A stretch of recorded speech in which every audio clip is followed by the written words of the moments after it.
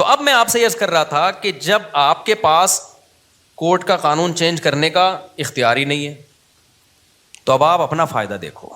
آپ کے پاس اب دو آپشن ہیں, یا تو گدے گھوڑے کتے بلے والا آپشن, انگریز نے جو اختیار کیا, انگریز نے کہا کورٹ رائٹ کس کو دیتی ہے, عورت کو, کسی بات پہ نہ میں اس کو ڈانٹ سکتا ہوں نہ یہ میری اطاعت کرے گی, اور نہیں بنی ڈیورس دی تو آدھی پراپرٹی دینی پڑے گی, تو بہتر ہے کہ یہ اس ٹینشن میں پڑو ہی نہیں, لہٰذا گرل فرینڈ رکھو, بوائے فرینڈ رکھو. بوائے فرینڈ بھی چل رہے ہیں آج کل ان کے, اللہ معاف فرمائے, یعنی آدمی بوائے فرینڈ رکھ رہا ہوتا ہے. خیر, تو یہ سب کچھ کر کے اس نے تو اب, لیکن یہ سیٹ اپ نہ ہمارا مذہب ہمیں اس کی اجازت دیتا ہے, نہ ہمارا کلچر اس کی اجازت دیتا ہے, اور یہ چیز انسان کو ڈپریشن کا مریض بنا دیتی ہے. اس کی یہ عیاشی ہے تھوڑے دنوں کی, اس کے بعد یہ نیچرل نہیں ہے, نیچرل گھر باری ہے.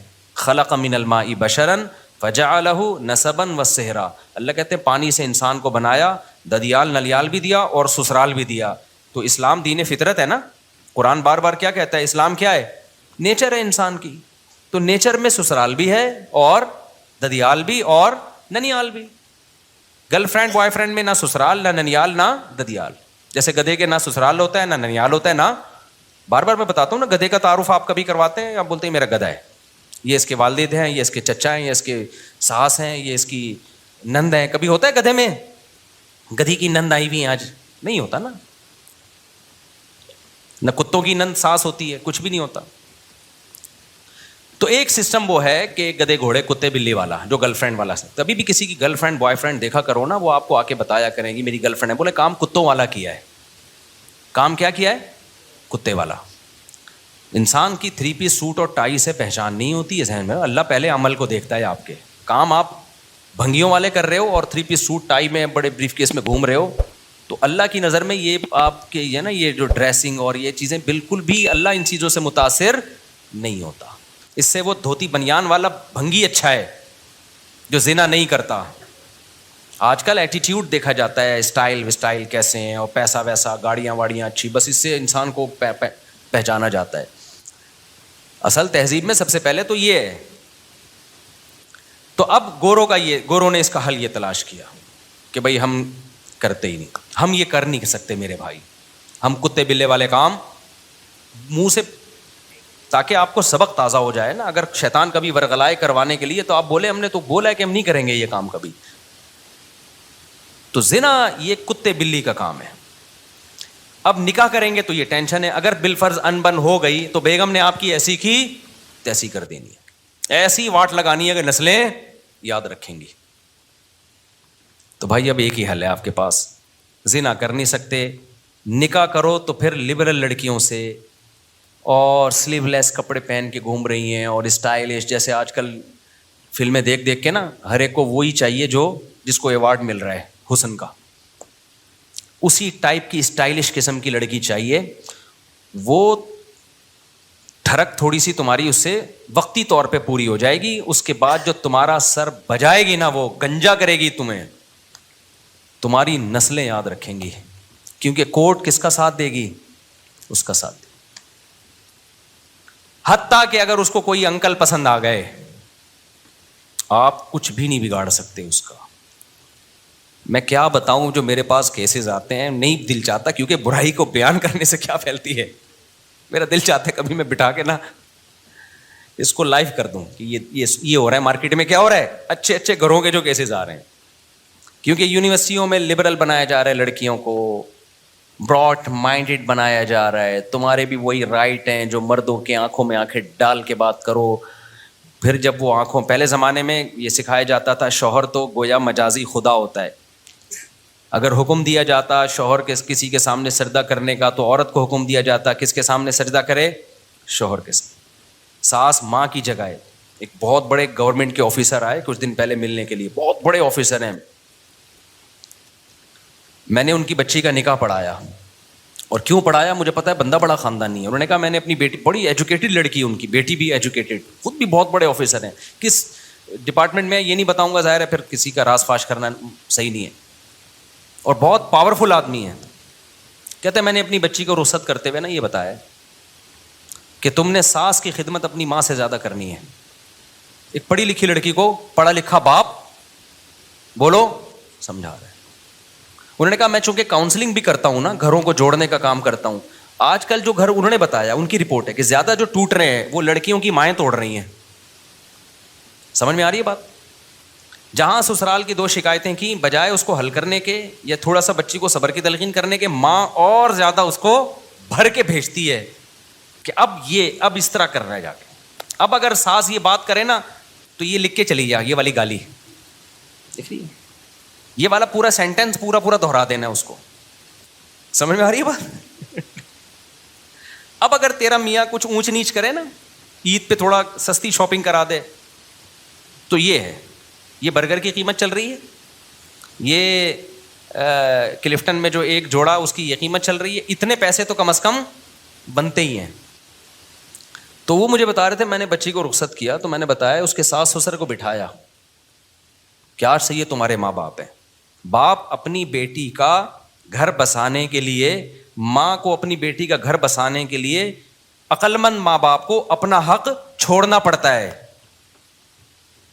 بیٹا ہم بلا رہے ہیں اور ساس منع کر رہی ہے تو مت آنا, کیونکہ رہنا تم نے کس کے ساتھ ہے؟ مائیں لڑتی, ہم اپنی بیٹی کو بلا رہے ہیں, ساس کون ہوتی ہے روکنے والی؟ چھوڑو یار اس ٹیکنیکل بحث کو چھوڑو, ابھی فائدہ بچی کا کس میں ہے؟ زندگی کس کے ساتھ گزارنی ہے اس نے؟ وہاں گزارنی ہے نا, وہاں گزارنی ہے زندگی. تو ان کو ایڈجسٹ ہونے دو وہاں پہ, اس کو کل عیاشی کرے گی وہ وہاں پہ. ابھی بچی ہے تھوڑی بڑی ہو جائے گی تو اسی نے سنبھالنا ہے وہ سب کچھ. ساس تو مر جائے گی بیچاری تھوڑے دنوں میں, وہ ہمیشہ کے لیے تھوڑی ہے. تو وہ گورنمنٹ کے آفیسر تھے, اتنا ایجوکیٹڈ آدمی, اور اس کی بچی بھی بڑی پڑھی لکھی. تو میں نے کہا یار خاندانی آدمی, اٹ از کالڈ خاندانی. اور خود بھی بیوہ سے شادی کی ہوئی ہے اس گورنمنٹ کے آفیسر نے. اس لیے جو لوگ حکومت کو ہر وقت برا بھلا کہتے ہیں نا, حکومتی لوگوں کو, سرکاری لوگوں کو, بھائی سارے برے نہیں ہوتے, سوتیلے بچے پالے ہوئے ہیں. میں نے کہا بڑا خاندانی آدمی ہے بھائی. تو خیر, تو بیوہ سے کی ہے, اس کے بچوں سے کو پالا بھی ہے, بڑا بھی کیا ہے. تو ہر جگہ بڑے بڑے خاندانی لوگ ہیں. خیر, تو اب میرے بھائی آپ کے پاس تو آپشن نہیں ہے, قانون کو آپ درست کرو, تو خاندانی جگہوں پہ کیا کیا کرو, شادی. جس کے بارے میں ایک ہمارے دوست نے دوسری شادی کی, میں نے کہا بھائی تیری پہلی بیوی کورٹ میں نہ چلی جائے. کہہ رہے ہماری بیوی کورٹ جانتی نہیں ہے کیا ہوتا ہے, ہماری بیوی گھریلو عورت ہے, گھر میں رہتی ہے, ساس سسر کی خدمت کرتی ہے. ٹھیک ہے اس کو غصہ آیا ہے, لڑائی کی ہے اس نے, لیکن اس ایکسٹریم لیول پہ نہیں جائے گی, وہ گزارا کرے گی ہمارے ساتھ. میں نے کہا واہ سبحان اللہ. اور آپ نے شادی ہی جج سے کر لی, سپریم کورٹ کی جج صاحبہ سے آپ نے کر لی شادی. ہو سکتا ہے کامیاب ہو, لیکن اگر ذرا سی اونچ نیچ ہوئی نا. ایک زمانے میں متحدہ کا بڑا زور تھا نا, متحدہ کا بڑا زور تھا, جس کو دھمکی دینی ہوتی 90. تو ان دنوں کی بات ہے, میرے پاس ایک کیس آیا, لڑکا لڑکی دونوں کا. اب میں نے دونوں کی بات سنی تو مجھے لگا کہ لڑکی بہت ظالم ہے, وہ لڑکے کا جینا حرام کیا ہوا اس نے. اچھا لڑکا ذرا سا کچھ کرے تو زہر کی ایک بوتل رکھی ہوئی ہے, میں یہ پی رہی ہوں, پھر وہ جا کے رکھ دے. تو بہت ہی, تو میں نے ان کو کہا کہ میں نے اس لڑکی اور لڑکے کو کہا بھی آپ لوگ سیپریشن کر لیں, یہ ایک بہت خطرناک معاملات چلے گئے ہیں, کوئی بھی خودکشی کر لے گا. کیا کر لیں؟ لڑکی نہیں چاہتی تھی علیحدگی, اس کو خرچہ پانی دبا کے مل رہا تھا یہاں سے, وہ چاہ رہی تھی کہ میں اس کو انگلیوں پہ نچاتی بھی رہوں لیکن طلاق بھی نہ ہو. تو میں نے پھر مرد سے کہا یہ تو نہیں چاہ رہی لیکن آپ چھوڑ دو اس کو, کیونکہ میں نے کہا یہ آپ کو مار دے گی کسی دن. جو حالات چل رہے ہیں نا, ایک دن آپ کی لاش پڑی ہوئی ہوگی, پتہ ہی نہیں چلے گا مارا کس نے. جو حالات چل رہے ہیں. اس نے کہا میں نہیں چھوڑ سکتا. میں نے کہا پھر دنیا چھوڑنی پڑے گی. کہہ رہے میں دنیا چھوڑ دوں گا, اس کو نہیں چھوڑ سکتا, کیونکہ اس کو چھوڑ دیا تو پہلے دنیا چھوڑنی پڑ جائے گی مجھے. میں نے کہا کیوں؟ کہہ رہے متحدہ کی ہے. لڑکی کس کی؟ اس کے بھائی کہاں ہیں؟ متحدہ میں. انہوں نے مجھے آنکھیں دکھائی ہیں, بیٹا طلاق کا سوچا بھی نا تو پھر دیکھ لے ہوگا کیا تیرے سے. تو میں نے کہا پھر لائف کو کیا کرو, انجوائے. یہ شادی سے پہلے سوچنا تھا کہ میں کہاں کر رہا ہوں. شادی ایسی جگہ کرو جس کو اپنے کنٹرول میں رکھ سکو. اب تو آپ نے, میں نے کہا کام ایسی جگہ کیا ہے کہ اگر میں نے ڈیورس کا مشورہ دیا تو کل اخبار میں میرا نہ کہیں نام آ رہا ہو. میں نے کہا نکل بھائی پتلی گلی سے نکل گیا, بتانا بھی نہیں کسی کو کہ مفتی صاحب کے پاس گئے تھے. اخبار میں کراچی میں نام آتے ہوئے دیر نہیں لگتی. اچھا بلا ہنستا بلا بندہ اگلے اخبار میں آیا ہوا ہوتا ہے. تو شوق تھا نا بہت اونچا ہاتھ مارنے کا. ایک صاحب نے کہا میرا بریگیڈیئر کی بیٹی سے کا رشتہ آیا ہوا ہے. میں نے کہا تیری اوقات بریگیڈیئر والی ہے نہیں. ایسے ہوتے ہیں کیس. مجھے پورا تو واقعہ یاد نہیں ہے, یا تو بھی کوئی بریگیڈیئر لیول کا آدمی ہو. میں نے کہا کمبخت تو بریگیڈیئر کی بیٹی سے شادی کرے گا, بن گئی تو بہت اچھی بات ہے, موجہ ہی موجہ, نہیں ہوئی تیری کیا اوقات ہے یار. بریگیڈیئر صاحب ایک دن کیا کر دیں گے تجھے, غائب, مارکیٹ سے شارٹ. میں نے کہا یا تو بھی کوئی بریگیڈیئروں سے تیرے تعلقات ہو نا, تو بھی اسی, تیرا ابا بریگیڈیئر تھا یا کرنل تھا, چل بریگیڈیئر نہیں تھا تو کرنل تو ہو نا. تو اس لیے بھائی جب کورٹ نے ساتھ دینا نہیں ہے, کورٹ سارا فیور کرے گی کس کو, عورت کو, تو بھائی پھر ایسا کام کرتے کیوں ہو جو بعد میں افورڈ نہیں. اس لیے دیندار لڑکیوں سے نکاح کرو, گھریلو لڑکیوں سے نکاح کرو جن کی دوستیاں نہیں ہیں, پردے دار ہیں, حیا دار ہیں, نمازی ہیں, اس کے بارے میں امید ہے کہ وہ اللہ رسول کو دیکھے گی. اور خواتین سے بھی میں کہتا ہوں کہ مردوں میں ٹھیک ہے عدالت عورت کا ساتھ دیتی ہے, لیکن اگر کوئی لبرل آدمی ہے, بندہ ٹھیک نہیں ہے, تو وہ تمہارے ساتھ وفا نہیں کرے گا. عین ممکن ہے شادی ایک ہو اس کی اور لڑکیوں سے 20 لڑکیوں سے چکر چل رہے ہوں. یہ چیز عورت کو پاگل کر دیتی ہے. سوکن سے بھی عورت سوکن کو بھی برداشت نہیں کرتی, لیکن 6-7 مہینے سال کے بعد برداشت ہو جائے گی.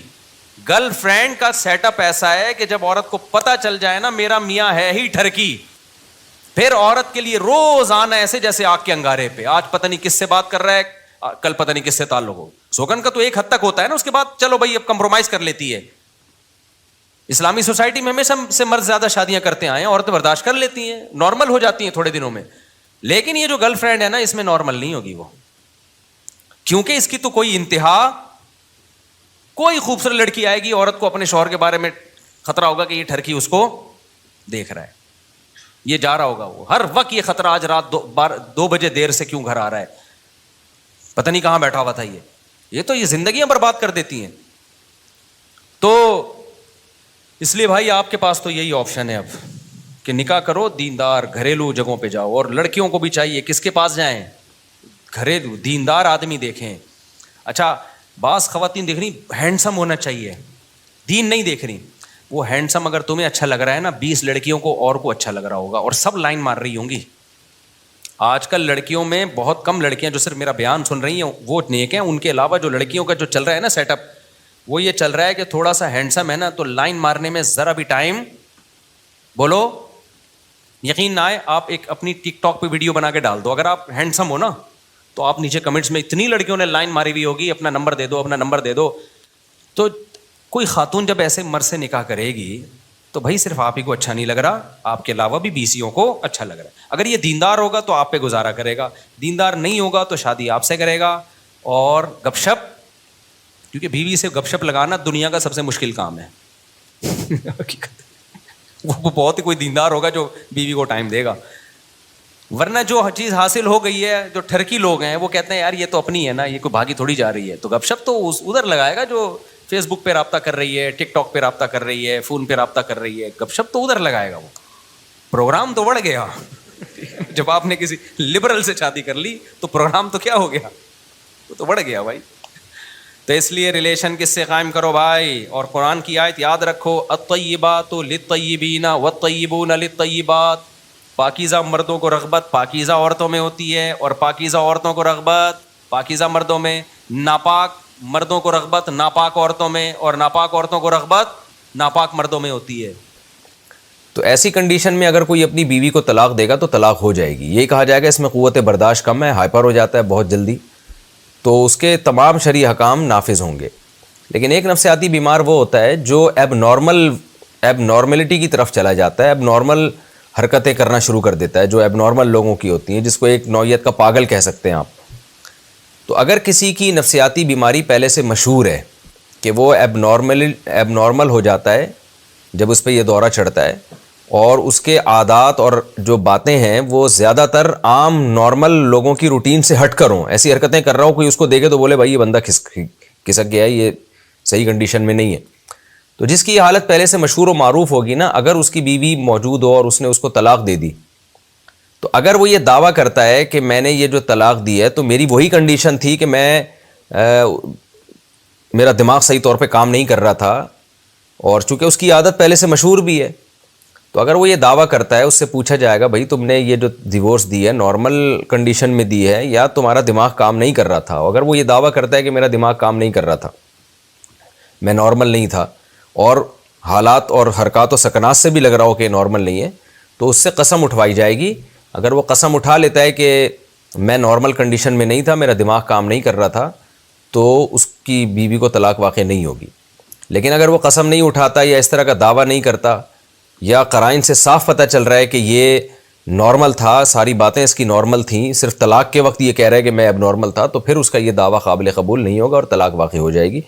تو بہتر یہی ہے کہ ایسے واقعات میں ایک جنرلی فتویٰ نہیں دیا جاتا، کسی کے ساتھ ایسا واقعہ ہو، کوئی واقعی نفسیاتی بیمار ہو اور ڈیورس دے دے، تو ایسی کنڈیشن میں اس طلاق دینے والے کو کسی مفتی کے پاس لے جائیں، وہ مفتی صاحب اس کا بیان لیں گے اور اس کے بعد وہ فیصلہ کریں گے کہ یہ طلاق ہوئی ہے کہ نہیں ہوئی ہے۔ تو جنرلی ایک مسئلہ میں نے بیان تو کر دیا ہے، لیکن جب امپلیمنٹ کی طرف آپ جاتے ہیں تو اس میں عام آدمی سے بہت غلطیاں ہو سکتی ہیں۔ حلال کو حرام کر دیتا ہے، بعض دفعہ کوئی شخص حرام کو حلال کر دیتا ہے، تو خود سے فتویٰ نہ دے، نہ خود جس نے ڈیورس دی ہے وہ خود فیصلہ نہ کرے، بلکہ اپنے علاقے کے کسی ماہر مفتی کے پاس جائیں، کسی بھی بڑے ادارے کی طرف چلے جائیں۔ لاہور میں جامعہ اشرفیہ ہے، اکوڑا خٹک ہے وہاں پشاور میں، اور دارالعلوم کرنگی ہے، بنوری ٹاؤن ہے، جامعۃ الرشید ہے، بنوری ہے، کسی بھی بڑے ادارے میں جائیں اور وہاں کسی ریلائبل مفتی کو اپنی پوری صورتحال بتائیں گے تو وہ اس کے حساب سے فتویٰ دیں گے کہ طلاق ہوئی ہے یا نہیں ہوئی ہے۔ اچھا بھائی جی، سوال پوچھا ہے سوتیلے بھائیوں میں وراثت کیسے تقسیم ہوگی؟ ہم 6 بھائی ہیں، 4 سوتیلے ہیں، اب ان 2 اور 4 کے درمیان وراثت کیسے تقسیم ہوگی؟ عبد الرحمن کراچی سے۔ دیکھیں انہوں نے یہ نہیں پوچھا کس کی وراثت۔ ابا کی وراثت اگر تقسیم ہو رہی ہے تو ابا کی وراثت تو ابا کے جتنے بھی بچے ہیں چاہے وہ آپس میں سوتیلے ہوں، لیکن جو ابا کے ہوں گے، ابا کے تو سگے ہی ہوں گے نا، تو ان میں ابا کی وراثت برابر تقسیم ہوگی۔ لیکن اگر بھائی کی وراثت بھائیوں میں جا رہی ہے تو خوب سمجھ لیں جب تک سگا بھائی موجود ہے تو سوتیلے بھائی کو وراثت نہیں ملتی۔ یعنی ایک شخص زید ہے، اس کا انتقال ہو گیا تو وراثت اس کے سگے بھائیوں کو ملے گی، سوتیلے بھائیوں کو نہیں ملے گی جب تک سگے موجود ہیں۔ اور اگر سگے موجود نہیں ہیں تو پھر سوتیلے میں چند کنڈیشن میں جاتی ہے، اس کی تفصیل پوچھیں کہ وہ سوتیلے ماں شریک ہیں، باپ شریک ہیں، یا کیا ان کا مقصد کیا ہے، اور دوسرے وارثین ہیں یا نہیں ہے، یہ ساری ڈیٹیل آپ دوبارہ پوچھیں گے تو اس کا جواب دوں گا۔ ابھی تو خلاصہ یہی ہے کہ بھائی کی وراثت سگے بھائی میں جائے گی، سوتیلے میں نہیں جائے گی۔ یہ مسئلہ عبد الرحمن صاحب نے کراچی سے پوچھا تھا۔ علم حاصل کرو چاہے چین جانا پڑے، کیا یہ حدیث صحیح ہے؟ کیا یہ حدیث ہے کہ علم حاصل کرو چاہے اس کے لیے تمہیں چین ہی جانا پڑے؟ ثناء اللہ نے یہ سوال پوچھا ہے۔ نہیں، یہ حدیث بالکل موضوع من گھڑت ہے۔ اطلب العلم ولو بالصین، اس طرح کے الفاظ نقل ہیں، یہ موضوع حدیث ہے، من گھڑت حدیث ہے، اس کو بیان نہیں کرنا چاہیے۔ ہاں البتہ اس حدیث سے جو مفہوم ہے کہ علم حاصل کرو چاہے کہیں بھی جاؤ، تو یہ مفہوم فی نفسی ہی قرآن و سنت سے ثابت ہے۔ مفہوم کا مطلب یہ ہے کہ علم کی فضیلت، اور اسلاف سے اس علم کے لیے سفر کرنا بھی ثابت ہے۔ تو علم کے خواہ دین کا ہو یا دنیا کا ہو، اس کی فضیلت قرآن و حدیث سے ثابت ہے، اور اس کے لیے سفر کرنا بھی ثابت ہے۔ محدثین نے جو اتنا علم حاصل کیا وہ تو سفر کر کے کیا۔ اور جب مسلمانوں نے میڈیکل سائنس میں ترقی کی ہے، طب یونانی میں ترقی کی ہے، تو وہ بھی انہوں نے سفر کر کے کی ہے۔ گوروں نے اس بات کا اعتراف کیا کہ مسلمان جو سائنٹسٹ تھے، جو بھی اطباء تھے، اور دور دراز علاقوں کا سفر کرتے اور وہاں جڑی بوٹیوں پہ تحقیق کرتے جنگلوں میں، تو علم سفر کے بغیر عام طور پر حاصل ہوتا نہیں ہے، اس کے لیے سفر کرنا چاہیے۔ رسول اللہ صلی اللہ علیہ وسلم نے فرمایا، من سلک طریقا یلتمس فیہ علما سہل اللہ بہ طریقا الی الجنہ، جو کسی ایسے راستے پر چلا جہاں وہ علم حاصل کرنے کے لیے نکلا تھا تو اللہ تعالیٰ اس کے لیے جنت کا راستہ آسان کر دیتے ہیں۔ ریح نکلنے کے باوجود نماز جاری رکھنا، کیا ریح خارج ہونے کی صورت میں شرمندگی سے بچنے کے لیے نماز جاری رکھی جا سکتی ہے؟ محمد عبداللہ، نہیں جی، نماز جاری نہیں رکھی جا سکتی، کیونکہ بغیر وضو آپ گویا کہ نماز کی صورت بنا رہے ہیں، یہ نماز کے ساتھ بہت زیادہ ایک قسم کی توہین ہے۔ یہ بالکل جائز نہیں ہے. البتہ یہ ضرور ہے کہ آپ جب صف توڑ کے نکلیں تو ناک پہ ہاتھ رکھ لیں ایسے کر کے, تو تاکہ یہ وہم ہو کہ شاید نکسیر پھوٹی ہے اس وجہ سے یہ شخص نماز صف توڑ کے جا رہا ہے, لیکن یہ کہ وہاں آپ کھڑے نہیں رہ سکتے. بچے کا قرآن شروع یا ختم پر دعوت کا اہتمام کرنا. اپنے بچوں کے قرآن شروع یا ختم کے وقت حوصلہ افزائی کے لیے دعوت وغیرہ کا اہتمام کر سکتے ہیں. ابو سفیان انڈیا سے. جی کر سکتے ہیں, کوئی حرج نہیں ہے, لیکن قرآن جب شروع ہو رہا ہو تو دعوت کا کوئی تک بنتا نہیں ہے نا. شروع تو ایسے ہی کرا دیں, دعوت جائز تو اس وقت بھی ہے لیکن شروع کا کوئی تک بنتا نہیں ہے. ختم قرآن پہ دعوت کریں تاکہ بچے کی حوصلہ افزائی ہو کہ اس نے بڑا کام کیا ہے. یا اب جب قرآن اس نے شروع کیا تو پہلا پارہ ختم کر لیا تو تھوڑی سی حوصلہ افزائی کے لیے دعوت کر دیں تاکہ اس کو موٹیویشن ملے. کچھ نہیں تو کم از کم 2-4 سبق پڑھنے کے بعد اس کی دعوت کر دیں نا, تاکہ اس کو یہ احساس ہو کہ بھئی یہ سبق پڑھنے کے نتیجے میں ہو رہا ہے. تو کام شروع کرتے ہی نہیں بلکہ کچھ اس کا کچھ حصہ کمپلیٹ ہو جائے تو اس پہ دعوت کرنی چاہیے. غیر مسلم کو قرآن گفٹ کرنا. کیا غیر مسلم کو عربی قرآن کا نسخہ دعوت کی نیت سے دیا جا سکتا ہے؟ شوکی صاحب کراچی سے. جی بالکل دیا جا سکتا ہے, کوئی حرج نہیں ہے. تو ترجمے والا دینا, اس کو عربی میں کیا سمجھ میں آئے گا, تو قرآن دیں اس کو ترجمے والا, اور تفسیر بھی ہو اس میں. تو جب قرآن کا ترجمہ تفسیر کے ساتھ ہو اور تفسیر اس میں زیادہ ہو تو اس میں ہاتھ لگانے کے لیے وضو بھی ضروری نہیں ہے, تو تفسیر والا ترجمہ اس کو دے دیں. حضرت مفتی تقی عثمانی صاحب کا بھی ترجمہ ہے انگلش میں, اور تفسیر بھی ہے, تو وہ بھی دی جا سکتی ہے. نماز میں جمائی آئے تو کیسے روکیں؟ نماز کے دوران جمائی آ جائے تو روکنے کے لیے منہ پر کون سا ہاتھ رکھا جائے؟ ابو فصیح صاحب کوئٹہ سے. دیکھیں نماز میں جب جمائی آئے نا, تو اگر آپ قیام کی حالت میں ہیں تو دایاں ہاتھ بائیں ہاتھ کے اوپر ہوتا ہے, تو اس میں دایاں ہاتھ رکھنا چاہیے کیونکہ بائیں کو نکالنے میں حرکت زیادہ ہے. اور اگر قیام کی حالت میں نہیں ہے تو پھر لیفٹ ہاتھ ہی رکھنا چاہیے. اچھا بھائی, جن یا شیطان کیا پیسے چرا سکتا ہے؟ کیا شیطان پیسے چرا سکتا ہے؟ ابو بلال کوئٹہ سے. جو ماہر شیطانیات ہیں وہ تو کہتے ہیں کہ شیطان پیسے چرا سکتا ہے, لیکن اب تک ہم نے کوئی رپورٹ ایسی دیکھی نہیں ہے. کیونکہ اگر چرا سکتا ہے تو سب سے بڑا سوال پیدا ہوتا ہے بینکوں سے کیوں نہیں چراتا وہ؟ بینکوں میں تو اربوں خربوں روپے کی ٹرانزیکشن ہوتی ہے, 1.01% بھی اس میں گڑبڑ نہیں ہوتی. تو کبھی تو کوئی جن جائے نا وہاں سے پیسے دائیں بائیں کرے. عام طور پر ہوتا یہ ہے کہ گھروں سے لاکروں سے پیسے چوری کر رہے ہوتے ہیں, اپنے ہی گھر کا کوئی بندہ ہوتا ہے اور وہ جن پہ ڈال دیتا ہے, یا کوئی بہت ہی ایسا چور ہوتا ہے جس کے ہاتھ میں بڑی صفائی ہوتی ہے, تو لوگوں کو سمجھ میں نہیں آ رہا ہوتا یہ چوری کیسے ہو رہے ہیں, تو لوگ پھر جن پہ ڈال دیتے ہیں اور وہ چور خوش ہو رہا ہوتا ہے کہ بدنام جن ہو رہا ہے, کام میں کر رہا ہوں. آپ نے کبھی نہیں دیکھا کہ دنیا میں انکوائری کے لیے جنات کو بیچ میں لایا جاتا ہو. گھروں میں چوریاں ہوتی ہیں, کہیں بھی دفتروں میں ہوتی ہیں, تو پوری انکوائری کر کے چور کو ٹریس کیا جاتا ہے اور زبردست اس کی انویسٹیگیشن ہوتی ہے جس سے اکثر چور پکڑے بھی جاتے ہیں. تو اگر یہ غیر مسلم بھی اسی طرح کر رہے ہوتے کہ انویسٹیگیشن کی ضرورت نہیں ہے, جن نے ہو سکتا ہے کر لیا ہو, تو سارا نظام ہی خراب ہو جاتا ہے. تو اس لیے میں مانتا ہوں کہ جنات بہت کچھ کر لیتے ہیں, لیکن اتنا نہیں کر رہے جتنا آج کل لوگوں نے بنا لیا ہے. تو کبھی بھی کوئی واقعہ ہوا کرے اس کے حقیقی سبب تک پہنچنے کی کوشش کریں.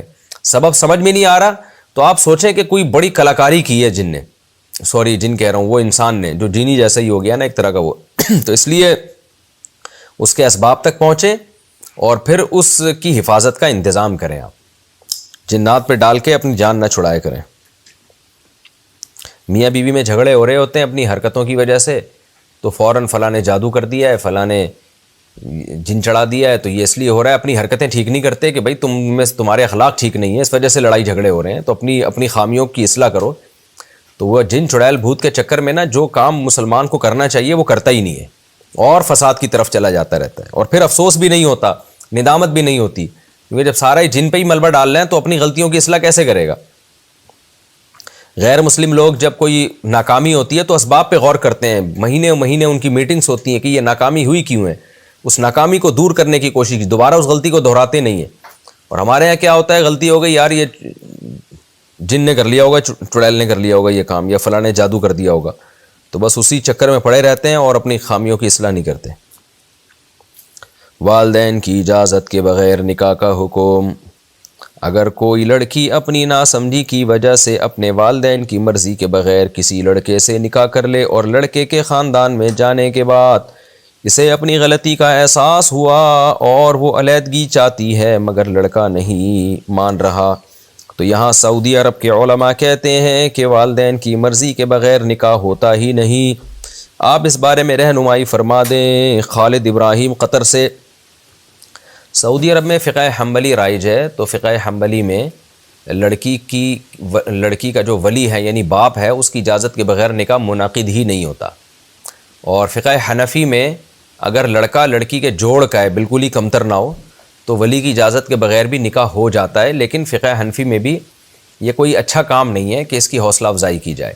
باقی دلائل دونوں طرف ہیں، امام احمد بن حنبل ان کے بھی دلائل ہیں لا نکاح الا بولی، اور حنفیہ کی طرف سے اس کا جواب دیا جاتا ہے۔ اس سوال جواب میں پہلے اس پہ کافی لمبی چوڑی بحث کر چکا ہوں۔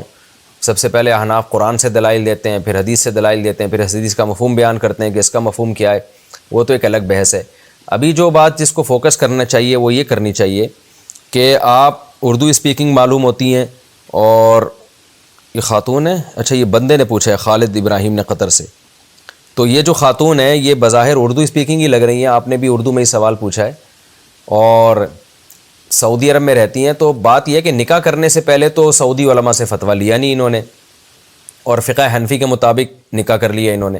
اب جب وہ بندہ اچھا نہیں لگ رہا تو پھر علماء سعودیہ کی رائے پر عمل، تو یہ جائز نہیں ہے شرعن۔ تو ایک خاتون نے مسئلہ پوچھا کہ جی خلا لے لیا ہے انہوں نے شوہر سے، خلا ہوا کہ نہیں ہوا؟ تو علماء نے بتایا کہ خلا کالعدم ہے، لیکن وہ پھر بھی سمجھی، وہ ان کا یہی کہ نہیں جی میں نے تو عدالت سے خلا لیا میں نے۔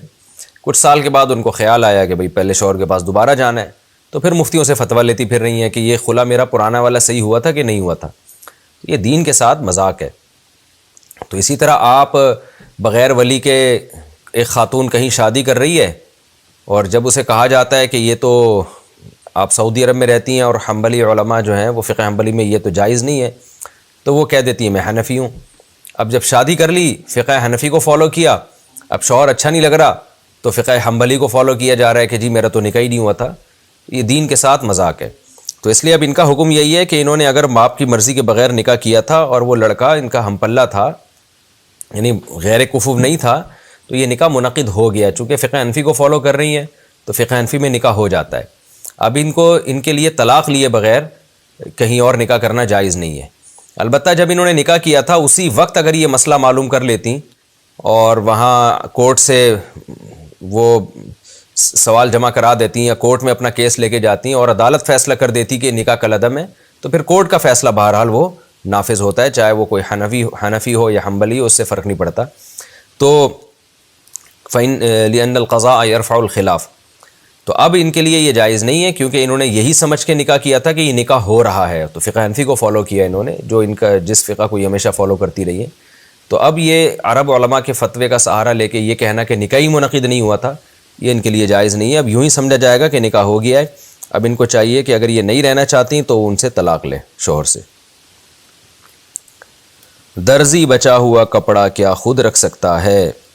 میں ٹیلر کا کام کرتا ہوں، کپڑے سینے کے بعد جو کپڑا بچ جاتا ہے اگر زیادہ کپڑا ہے تو واپس کر دیتے ہیں، لیکن وہ کپڑا جو گاہک کے کسی کام کا نہیں ہوتا جیسے کترن وغیرہ، اس کترن کا کیا حکم ہے؟ قطرن ہے، پتہ نہیں کترن کہتے ہیں۔ کیا اس کا بیچنا یا خود گھر میں بستر وغیرہ بنانا صحیح ہے؟ سمیع اللہ آدم انڈیا سے۔ دیکھیں ٹیلر جان بوجھ کر تو کپڑا نہ کاٹے زیادہ۔ بعض دفعہ یہ ہوتا ہے نا ٹیلر کو اجازت دے دی جائے کہ جو بچا ہوا کپڑا ہے آپ رکھ لیں، تو وہ زیادہ سے زیادہ بچانے کی کوشش کرتا ہے، تو یہ تو بالکل حرام ناجائز ہے۔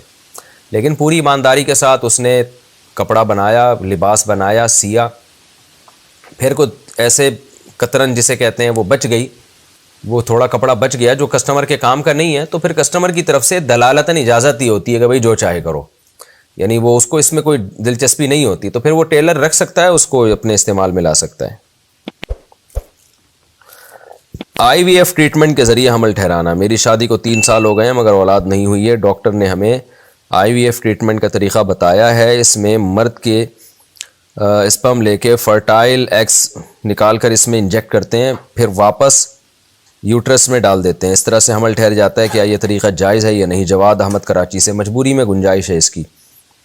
لیکن اس بات کا پورا اہتمام ہو کہ مرد ہی جو شوہر ہی کا اسپم ہو اور بیوی ہی کے ایگ ہوں، کیونکہ باہر ملکوں میں تو بڑی آزادی ہو گئی ہے، ان کے ہاں تو یہ ساری اخلاقی پابندیاں ختم ہو گئی ہیں، تو یہ اس میں اس کا یعنی ذرا سا بھی اس میں تردد یا شک نہیں آنا چاہیے۔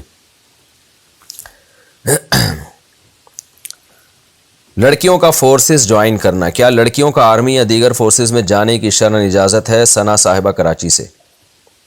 دیکھیں، عورت کے لیے ان فیلڈ میں جانا چاہیے عورت کو جہاں ضرورت ہے، جہاں ضرورت نہیں ہے وہاں عورت کو کے لیے شریعت کا حکم یہ قرن فی بیوتکن، گھروں میں قرار پکڑو۔ خاندانی نظام جو چلتا ہے وہ عورت کے گھر میں رہنے سے چلتا ہے، اور پھر عورت کا گھر سے باہر نکلنے میں فتنہ بھی ہے۔ تو فوج میں تو لڑائی ایک کام ہے نا، لڑائی تو لڑنا تو مردوں کا کام ہے۔ تو وہ کسی نے ایک تصویر شائع کی تھی فیس بک پہ، کسی امریکن آرمی کی کسی فوجی کی جو لڑکی تھی، تو اس کے لمبے بال اور وہ کھڑی ہوئی ہے، تو نیچے لکھا ہوا کسی نے کہ بھائی اب سمجھ میں نہیں آ رہا اس سے ہم لڑیں یا اس سے ہم شادی کریں۔ تو عورت میدان جنگ میں لڑنے کے لیے نہیں ہے، ٹھیک ہے، بعض صحابیات سے کچھ واقعات ثابت ہیں، ایسے تو چند کیسز تو ہر جگہ ہوتے ہیں کہ وہ میدان جنگ میں گھوڑے پہ نکلی، لڑائی کی انہوں نے۔ تو چند عورتیں اس دور میں بھی رہی ہیں کہ جب مسلمانوں کو ضرورت ہوتی تھی تو وہ میدان جنگ میں گھوڑے پر سوار ہو کے آ بھی جایا کرتی تھی، لیکن نارملی ہمیشہ سے دنیا میں فورسز جن کا کام لڑنا ہے ان میں مردوں ہی کو بھرتی کیا جاتا ہے۔ آج بھی دیکھ لیں آپ، پوری دنیا میں اگر خواتین فورسز میں ہیں بھی تو ان کی تعداد بہت تھوڑی ہے۔ تو پھر بھی اگر واقعی فوج میں ضرورت ہے خواتین کی، اب یہ تو آپ کو آرمی یا فورسز کے ادارے ہی بتائیں گے، یہ تو میں نہیں بتا سکتا کہ فوج میں خواتین کی کیا ضرورت ہے۔ اگر واقعی ضرورت ہے تو پھر جانا بھی جائز ہے، لیکن ظاہر ہے اس میں پردے کی پابندیاں اور شریعت کے احکامات کو ہر جگہ پورا کرنا پڑے گا، چاہے آپ فورسز میں جائیں یا چاہے آپ گھر میں رہیں۔ تو جہاں عورت کا جانا ضروری ہے تو وہاں تو جا سکتی ہے، یعنی کوئی ایسا شعبہ ہو فوج میں کہ بھئی وہ خواتین ہی کا اس میں جانا، جیسے پولیس میں ایسا ہوتا ہے کہ گھروں میں جانے کے لیے نا، یا خواتین کو گرفتار کرنے کے لیے بعض دفعہ وہ پولیس استعمال کی جاتی ہے جو خواتین پر مشتمل ہے، یعنی تو وہاں ایک سمجھ میں آتا ہے کہ بھئی پولیس میں کچھ خواتین کا ہونا بھی ضروری ہے، تاکہ وہ یعنی خواتین کو گرفتار کرنے کے لیے، اریسٹ کرنے کے لیے یا گھروں میں جانے کے لیے، واللہ عالم وہ تو پولیس ہی بتائے گی کیا ضرورت ہے۔ تو اگر ضرورت ہے تو کسی بھی شعبے میں وہاں خواتین جا سکتی ہیں، ضرورت نہیں ہے تو پھر یہ چیز قابل حوصلہ افزائی نہیں ہے۔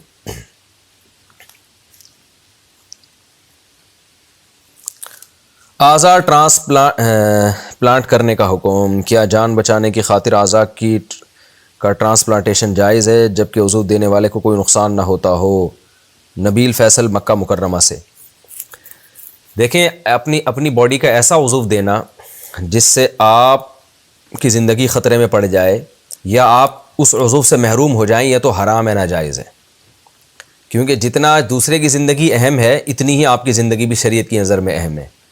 تو آپ اپنی جان پہ کھیلنے کا مطلب یہ کہ ایک تو ہوتا ہے نا کسی کی جان بچانے کے لیے قربانی دینا، یعنی اس کی خاطر لڑنا اور پھر آپ گولی کھا کے شہید ہو جانا، یہ تو ایک الگ چیز ہے، یہ تو شرعاً جائز ہے۔ ایک ہے اپنے باڈی کے پارٹ نکال کے کسی کو دے دینا، تو ایسا پارٹ نکال کے دے دینا جس سے آپ کی منفعتی فوت ہو جائے، تو یہ شرعاً جائز نہیں ہے۔ مثال کے طور پر آپ اپنا دل کسی کو دے دیں، آج کل انسانی دل کی تو پیوند کاری ہوتی نہیں ہے، لیکن اگر ہونا شروع ہو جائے تو پھر زندہ انسان کا دل نکال کے کسی کے نہیں لگایا جائے گا، کیونکہ اس کی موت یقینی ہے۔ البتہ کچھ پارٹس ایسے ہیں جن کو دینے میں ڈاکٹر یہ کہتے ہیں کہ دینے والے کو کوئی نقصان نہیں ہے، جیسے 2 گردے ہیں نا، تو ایک کڈنی اگر دوسرے کو دے دیا جائے تو ڈاکٹر کہہ رہے ہوتے ہیں کہ جس نے کڈنی ڈونیٹ کیا اس کو کوئی نقصان نہیں ہے۔ تو اگر واقعی کوئی نقصان نہیں ہے اور سامنے والے کی زندگی اس پر موقوف ہے تو پھر بہت سے علماء اس کی گنجائش دیتے ہیں کہ پھر کڈنی ڈونیٹ کیا جا سکتا ہے، کیونکہ اللہ نے آپ کو 2 دیے ہیں تو ایک پہ بھی انسان چل جاتا ہے۔ یہ ڈاکٹر کہتے ہیں، اگر ڈاکٹروں کی تحقیق میں ہی اختلاف ہے تو پھر میں اس بارے میں کچھ نہیں کہہ سکتا۔ اگر ڈاکٹر کہتے ہیں نہیں جی ایسا نہیں ہے، دینے والے کو بھی نقصان ہے، تو پھر یہ عمل جائز نہیں ہوگا، کیونکہ کڈنی پر جو ہے نا زندگی موقوف ہے۔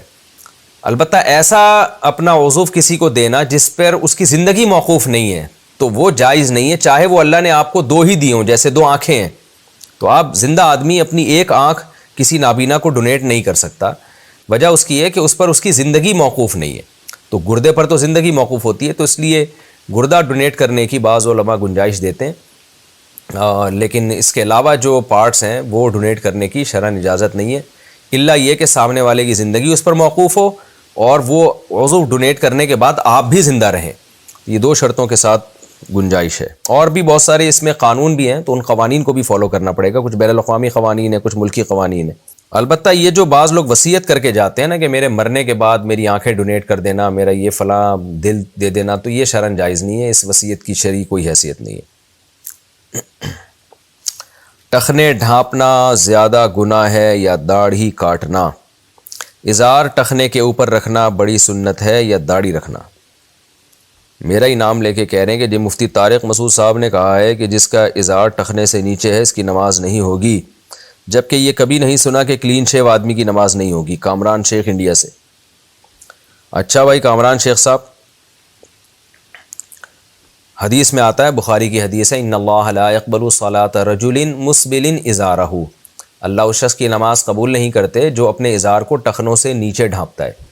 علماء نے اس حدیث کا مطلب یہ بیان کیا ہے کہ نماز قبول نہ کرنے کا مطلب یہ ہے کہ اس کی نماز پہ جو پراپر ثواب ملنا تھا وہ نہیں ملتا، اس کو فرض بہرحال ادا ہو جاتا ہے۔ تو اسی طرح یاد رکھیں، اچھا یہ جو نماز اللہ قبول نہیں کر رہے، کیوں نہیں کر رہے؟ اس لیے کہ ٹخنے ڈھانکنا گناہ ہے، بہت سخت گناہ ہے، اس کو تکبر قرار دیا گیا ہے۔ تو اسی طرح داڑھی کاٹنا بھی، داڑھی کاٹنا تو اس سے بھی بڑا گناہ ہے، کیونکہ تغییر خلق اللہ ہے۔ تغییر خلق اللہ سے تو اللہ نے قرآن مجید میں منع کیا ہے۔ یہ جو آپ ٹخنے ڈھانکتے ہیں یہ تغییر خلق اللہ نہیں ہے، داڑھی کاٹنا تو تغییر خلق اللہ ہے۔ اب سوال یہ پیدا ہوتا ہے کہ جب ٹخنے ڈھانکنے پر نماز قبول نہیں ہو رہی تو داڑھی کاٹنے پر تو بطریق اولا قبول نہیں ہوگی۔ بات بالکل ٹھیک ہے، کیونکہ ٹخنے ڈھانکنا بھی نماز کے دوران گناہ ہے، ویسے بھی گناہ ہے، لیکن نماز کے دوران آپ گناہ کے مرتکب ہو رہے ہیں اس لیے قبول نہیں ہوتی۔ تو نماز کے دوران آپ کی اگر داڑھی نہیں ہے تو بھی آپ ایک گناہ کر رہے ہیں، تو اصول کا تقاضا یہی ہے کہ اس وقت بھی وہ نماز آپ کی قبول نہ ہو، اور قبول نہ ہونے کا مطلب میں نے بتا دیا کہ جو ثواب ملنا چاہیے وہ نہیں ملتا، فرض بہرحال ادا ہو جاتا ہے۔ لیکن یہ مسئلہ ٹخنے ڈھانکنے والے کو تو بتایا جاتا ہے، داڑھی کاٹنے والے کو کیوں نہیں بتایا جاتا؟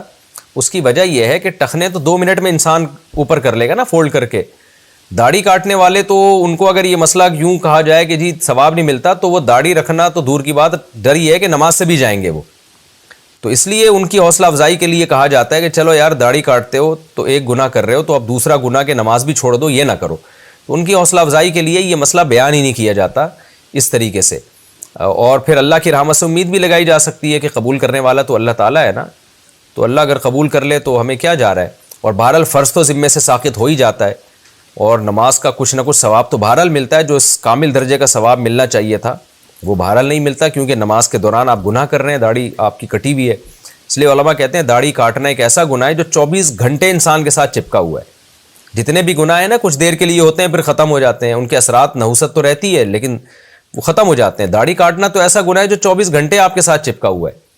تو اس لیے داڑھی کاٹنے سے توبہ کرنی چاہیے۔ نبی صلی اللہ علیہ وسلم کی بخاری مسلم کی صحیح احادیث ہیں، چاروں ائمہ کا اس پر اتفاق ہے کہ کم سے کم ایک مچھ داڑھی رکھنا یہ واجب ہے۔ اعفوا اللحیٰ وقصوا الشوارب، حدیث میں آتا ہے داڑیاں بڑھاؤ اور مونچھیں کم کرو، اور خالف الیہود والنصارى، یہود و نصارہ کی مخالفت کرو۔ تو یہ تغییر خلق اللہ ہے، اللہ کی تخلیق کو بگاڑنا ہے۔ تو باقی یہ کہ جو داڑھی کاٹتے ہیں اب ایسا نہیں کہ نماز بھی چھوڑ دیں، وہ تو کم از کم نماز پڑھتے رہیں، وہ شاید اللہ اسی کی برکت سے داڑھی کی بھی توفیق دے دے۔ سعودی حکومت کی بغیر محرم کے حج و عمرہ کی اجازت۔ سعودی حکومت نے عورتوں کو بغیر محرم کے حج اور عمرہ کی اجازت دے دی ہے، کیا عورتوں کا اس طرح حج پہ جانا صحیح ہے؟ شہاب اظہار امریکہ سے۔ اس طرح جانا صحیح ہے؟ بالکل صحیح نہیں ہے۔ سعودی حکومت نے اجازت دی ہے، کوئی فرض تو نہیں قرار دیا نا کہ بغیر محرم کے آئیں۔ تو اللہ تعالیٰ کا حکم ہے، نبی صلی اللہ علیہ وسلم کی صحیح حدیث موجود ہے، تو عورت ایسے سفر اتنا لمبا اور پھر وہاں اسٹے بھی کرنا ہوتا ہے، وہ نہیں کر سکتی بغیر، خاص طور پہ جوان عورت ہے۔ اگر بوڑھی عورت ہے تو پھر وہ کوئی قافلہ اگر جا رہا ہے تو جماعت جا رہی ہے تو بعض فقہا اس کی گنجائش دیتے ہیں، تو بوڑھی عورتیں اس گنجائش سے فائدہ اٹھا سکتی ہیں۔ جوان عورت کے لیے عمرے پہ یا حج پہ بغیر محرم کے جانا جائز نہیں ہے۔ نماز میں رکوع 1 سجدے 2 کیوں؟ نماز میں ایک رکعت میں 2 سجدے کیوں ہوتے ہیں جبکہ رکوع 1 ہوتا ہے؟ خالد صاحب سویڈن سے۔ خالد صاحب یہ تو اللہ کا حکم ہے بھائی، اللہ کو سجدہ زیادہ پسند ہے۔ حدیث میں آتا ہے کہ سب سے زیادہ انسان اللہ کے قریب سجدے کی حالت میں ہوتا ہے، اس لیے 2 سجدوں کا حکم دیا۔ باقی یہ چیزیں توقیفی ہوتی ہیں، نماز اور عبادات کے جو احکام ہیں نا، توقیفی کا مطلب یہ جیسے جیسے بتا دیا تو ہمیں لاجک سمجھ میں آئے نہ آئے، ہم نے پھر بھی کرنا ہے. تو بظاہر یہی حکمت معلوم ہوتی ہے کہ سردہ اللہ کو زیادہ پسند ہے. میت کو کتنی دیر تک غسل دے سکتے ہیں؟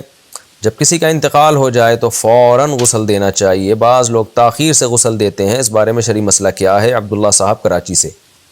فوراً غسل دینا چاہیے، کیونکہ جب تک میت کو غسل نہ دیا جائے اس کے قریب بیٹھ کے تلاوت کرنا جائز نہیں ہے. تو اس لیے اس کو طہارت میں لانا چاہیے، کیونکہ غسل فرض ہو گیا نا اس کے اوپر، تو ناپاک ہے ایک طرح سے. جتنا جلدی ہو غسل دیں، جتنا جلدی ہو کفن دیں، جتنا جلدی ہو دفن کریں. آج ان تینوں کاموں میں تاخیر ہو رہی ہے، غسل بھی دیر سے، کفن بھی دیر سے، اور دفن بھی دیر سے. تو یہ تینوں کام شریعت کے خلاف ہیں.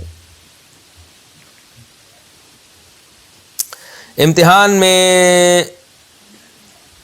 چیٹنگ کرنا اور کروانا، کیا امتحانات میں چیٹنگ کرنا حرام ہے یا گناہ ہے؟ اور اگر کسی کو نقل کروائی اور وہ پاس ہو جائے تو کیا یہ بھی گناہ ہے؟ ابن شاعر کراچی سے.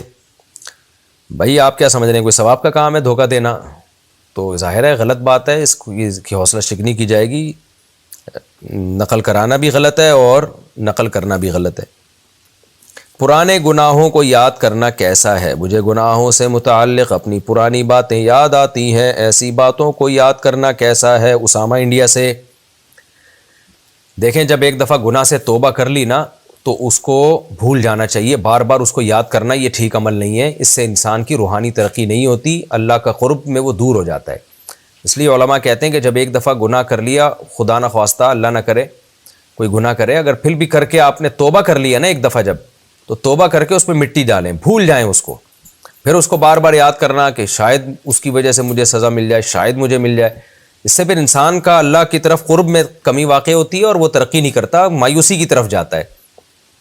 تو یہ کوئی قابل تعریف کام نہیں ہے. تو ایک دفعہ اچھی طرح سے توبہ کر کے اس کو ہمیشہ کے لیے بھول جائیں. پھر بھی شیطان اگر وسوسہ ڈالے نا کہ پتہ نہیں معاف ہوا ہو کہ نہیں ہوا ہو، تو پھر شیطان کو بولا کریں کہ تو مجھے اللہ کی رحمت کے بارے میں نا امید کر رہا ہے، تو کیا میرا گناہ اللہ کی رحمت سے بھی بڑا تھا؟ کیا یہ ہو سکتا ہے کہ میں نے اتنا بڑا گناہ کیا ہو جو اللہ کی رحمت سے بھی زیادہ بڑھ جائے؟ تو ظاہر ہے اللہ کی رحمت سے کوئی بھی جرم بڑا نہیں ہو سکتا. تو اللہ کی رحمت میرے جرم سے بڑی ہے، یہ کیسے نہیں ہو سکتا کہ وہ معاف نہ، اس کی رحمت کی وجہ سے میری معافی نہ ہوئی ہے. جنازے میں کتنے افراد ہوں تو بخشش ہو جاتی ہے؟ اگر جنازہ پڑھنے والے 40 یا اس سے زائد افراد ہوں تو اللہ اس میت کے حق میں سفارش کو قبول فرما لیتے ہیں. اس کی وضاحت فرما دیجئے. اگر کسی شخص نے پوری زندگی گناہوں میں گزاری، اس کا جنازہ 40 یا 100 آدمیوں نے پڑھا، تو کیا اس کی سفارش قبول ہوگی؟ یہ ہے جی اخلد زمان ہے، یہ پتہ نہیں خلد زمان، یو پی سے. یہ جو حدیثوں میں آتا ہے نا جس کے جنازہ 40 افراد نے پڑھا اس کی مغفرت یعنی سفارش قبول کی جاتی ہے، یا اس طرح کے اور جو فلاں دن جس کی انتقال ہوا اس کی بخشش ہوتی ہے، تو خوب سمجھ لیں اس قسم کی احادیث کا مطلب یہ ہوتا ہے کہ یہ چیز ایک بخشش کا ذریعہ اور سبب ہے. اس کی مثال ایسے ہے جیسے کسی ڈاکٹر نے یا کسی حکیم نے کوئی دوا بنائی اور یہ اعلان کیا کہ جو یہ دوا کھائے گا اس کے جسم میں طاقت آئے گی. تو کیا مطلب جو بھی کھائے گا طاقت آئے گی؟ ظاہر ہے نہیں. میں اور آسان کر دیتا ہوں، شہد کے بارے میں سارے ڈاکٹر حکیم کہتے ہیں کہ جو شہد کھاتا ہے اس کے جسم میں طاقت آتی ہے. تو اس کا کیا یہ مطلب ہے کہ جو بھی کھائے گا طاقت آئے گی؟ ہرگز ایسا نہیں ہے. شوگر کے مریض کھائیں گے تو طاقت کے بجائے بلکہ اور زیادہ نقصان ہونا شروع ہو جائے گا. جس کا پیٹ پہلے سے بھرا ہوا ہے وہ کھائے گا تو بدہضمی ہوگی. بہت سارے اس میں اور بھی یعنی باتیں کہی جا سکتی ہیں. تو جیسے کوئی اناؤنسمنٹ ہوتی ہے نا کہ یہ چیز کھانے سے یہ ہوتا ہے، اس کا مطلب یہ ہوتا ہے کہ یہ چیز طاقت کا ایک ذریعہ ہے بس. باقی ایک آدمی میں کمزوری کے اتنے سارے اسباب ہیں کہ طاقت کا ایک ذریعہ پھر اس کے لیے کافی نہیں ہوتا. تو ایسے ہی جنازے میں زیادہ افراد کا ہونا یا کسی مقدس دن میں موت واقع ہو جانا، یہ سب چیزیں بخشش کا سبب ہیں، ذریعہ ہیں. لیکن ان سے اس آدمی کی بخشش ہوگی بھی کہ نہیں ہوگی، اس اسپیسیفک ایک خاص آدمی کی جس کے بارے میں آپ تبصرہ کر رہے ہیں، تو بھائی یہ دیکھا جائے گا کہ اس کے بخشش کے ذریعہ بھی ہے اور اس کے عذاب کے بھی تو بہت سارے اسباب ہیں نا. تو اس نے ایسے ایسے کام بھی تو کیے جس سے جہنم واجب ہو جاتی ہے، کچھ ایسے کام کیے جس سے جنت واجب ہو جاتی ہے، لیکن بہت سے ایسے کام بھی کیے جس سے جہنم واجب ہو جاتی ہے. تو یہ سب پلس مائنس ہوگا قیامت کے دن، پلس مائنس ہوگا.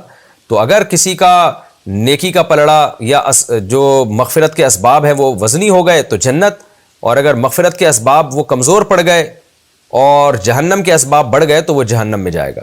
تو اس لیے اس کی کوشش تو ہو کہ جنازے میں بھی زیادہ افراد ہوں اور مغفرت کے جتنے اسباب ہم جمع کر سکتے ہیں کریں، لیکن ان پر اعتماد کر کے بیٹھ جانا یہ جائز نہیں ہے، کیونکہ جیسے زیادہ افراد جنازے میں شرکت ہونے سے بخشش کے چانسز ہیں، ایسے ہی نماز قضا کر دینے سے جہنم میں جانے کے چانسز بھی بڑھ جاتے ہیں، زنا کرنے سے بہت زیادہ چانسز بڑھ جاتے ہیں۔ تو گناہوں پر کبھی بھی جری ہونا جائز نہیں ہے، اور کسی کے جنازے میں 40 افراد ہوں تو یہ یقینی طور پر کہہ دینا کہ اس کی بخشش لازمی ہوگی، یہ کہنا بھی جائز نہیں ہے۔ تو بس ایک امید کی جا سکتی ہے کہ اتنے افراد ماشاءاللہ جنازے میں، تو امید ہے شاید اللہ تعالیٰ بخش دے، تو شاید کے ساتھ تو الفاظ استعمال کر سکتے ہیں، اس کے علاوہ نہیں۔ اور یہ بھی جب ہے جب سنت کے مطابق جنازہ ہو۔ اگر آپ نے جنازے میں تاخیر کی کہ زیادہ سے زیادہ لوگ اکٹھے ہوں گے اور اکٹھے کرنے میں جنازے میں دیر کرے جا رہے ہیں، تو پھر اس اکٹھے ہونے کا میت کو فائدہ نہیں ہے۔ وجہ اس کی ہے کہ یہ تو آپ شریعت کے خلاف جا رہے ہیں۔ ہاں، اسی وقت جتنے لوگ اکٹھے ہو جائیں۔ اس لیے علماء کہتے ہیں کہ تھوڑے افراد، اگر جلدی جنازہ ہے، سنت کے مطابق جنازہ ہے، اس میں تھوڑے افراد کا جمع ہونا یہ تاخیر کر کے زیادہ پبلک اکٹھے کرنے سے بہرحال بہتر ہے۔ اچھا بھائی، ڈیجیٹل آرٹ ورک بنانا حلال یا حرام؟ کیا NFT ڈیجیٹل آرٹ ورک بنانا اور اس کو بیچنا جائز ہے؟ اس کے بارے میں یہ وعید نہیں ہے کہ قیامت کے دن اللہ تعالیٰ اس میں جان ڈالنے کا حکم دیں گے۔ دیکھیں، ڈیجیٹل تصویر کے بارے میں بہت سے علماء کی رائے ہے کہ وہ تصویر میں ہے ہی نہیں کیونکہ اس کو قرار نہیں ہوتا۔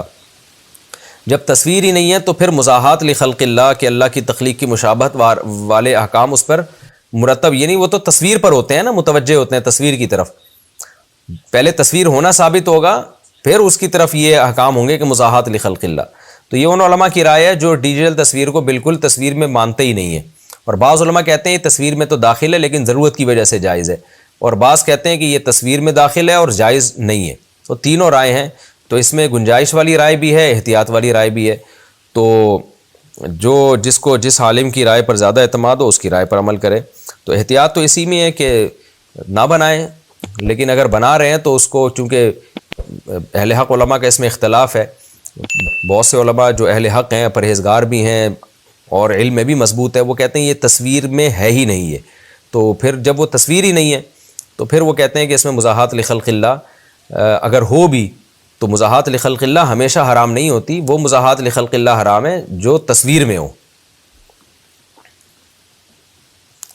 بغیر پارٹیشن والی شادی میں شریک ہونا، ایسی شادی میں شرکت کرنا کیسا ہے جس میں پارٹیشن اور پردہ نہ ہو؟ محمد عمیر لاہور سے۔ جائز نہیں ہے، گناہ ہے بالکل۔ ساس کو شہوت سے چھو لیا تو کیا حکم ہے؟ اپنی ساس کو اپنی بیوی سمجھ کر شہوت کے ساتھ چھونے سے کیا نکاح ٹوٹ جائے گا؟ محمد عثمان سہارنپور سے۔ مسئلہ حیا کے خلاف ہے، لیکن یہ چونکہ لوگ بہت زیادہ پوچھتے ہیں تو بتانا پڑتا ہے۔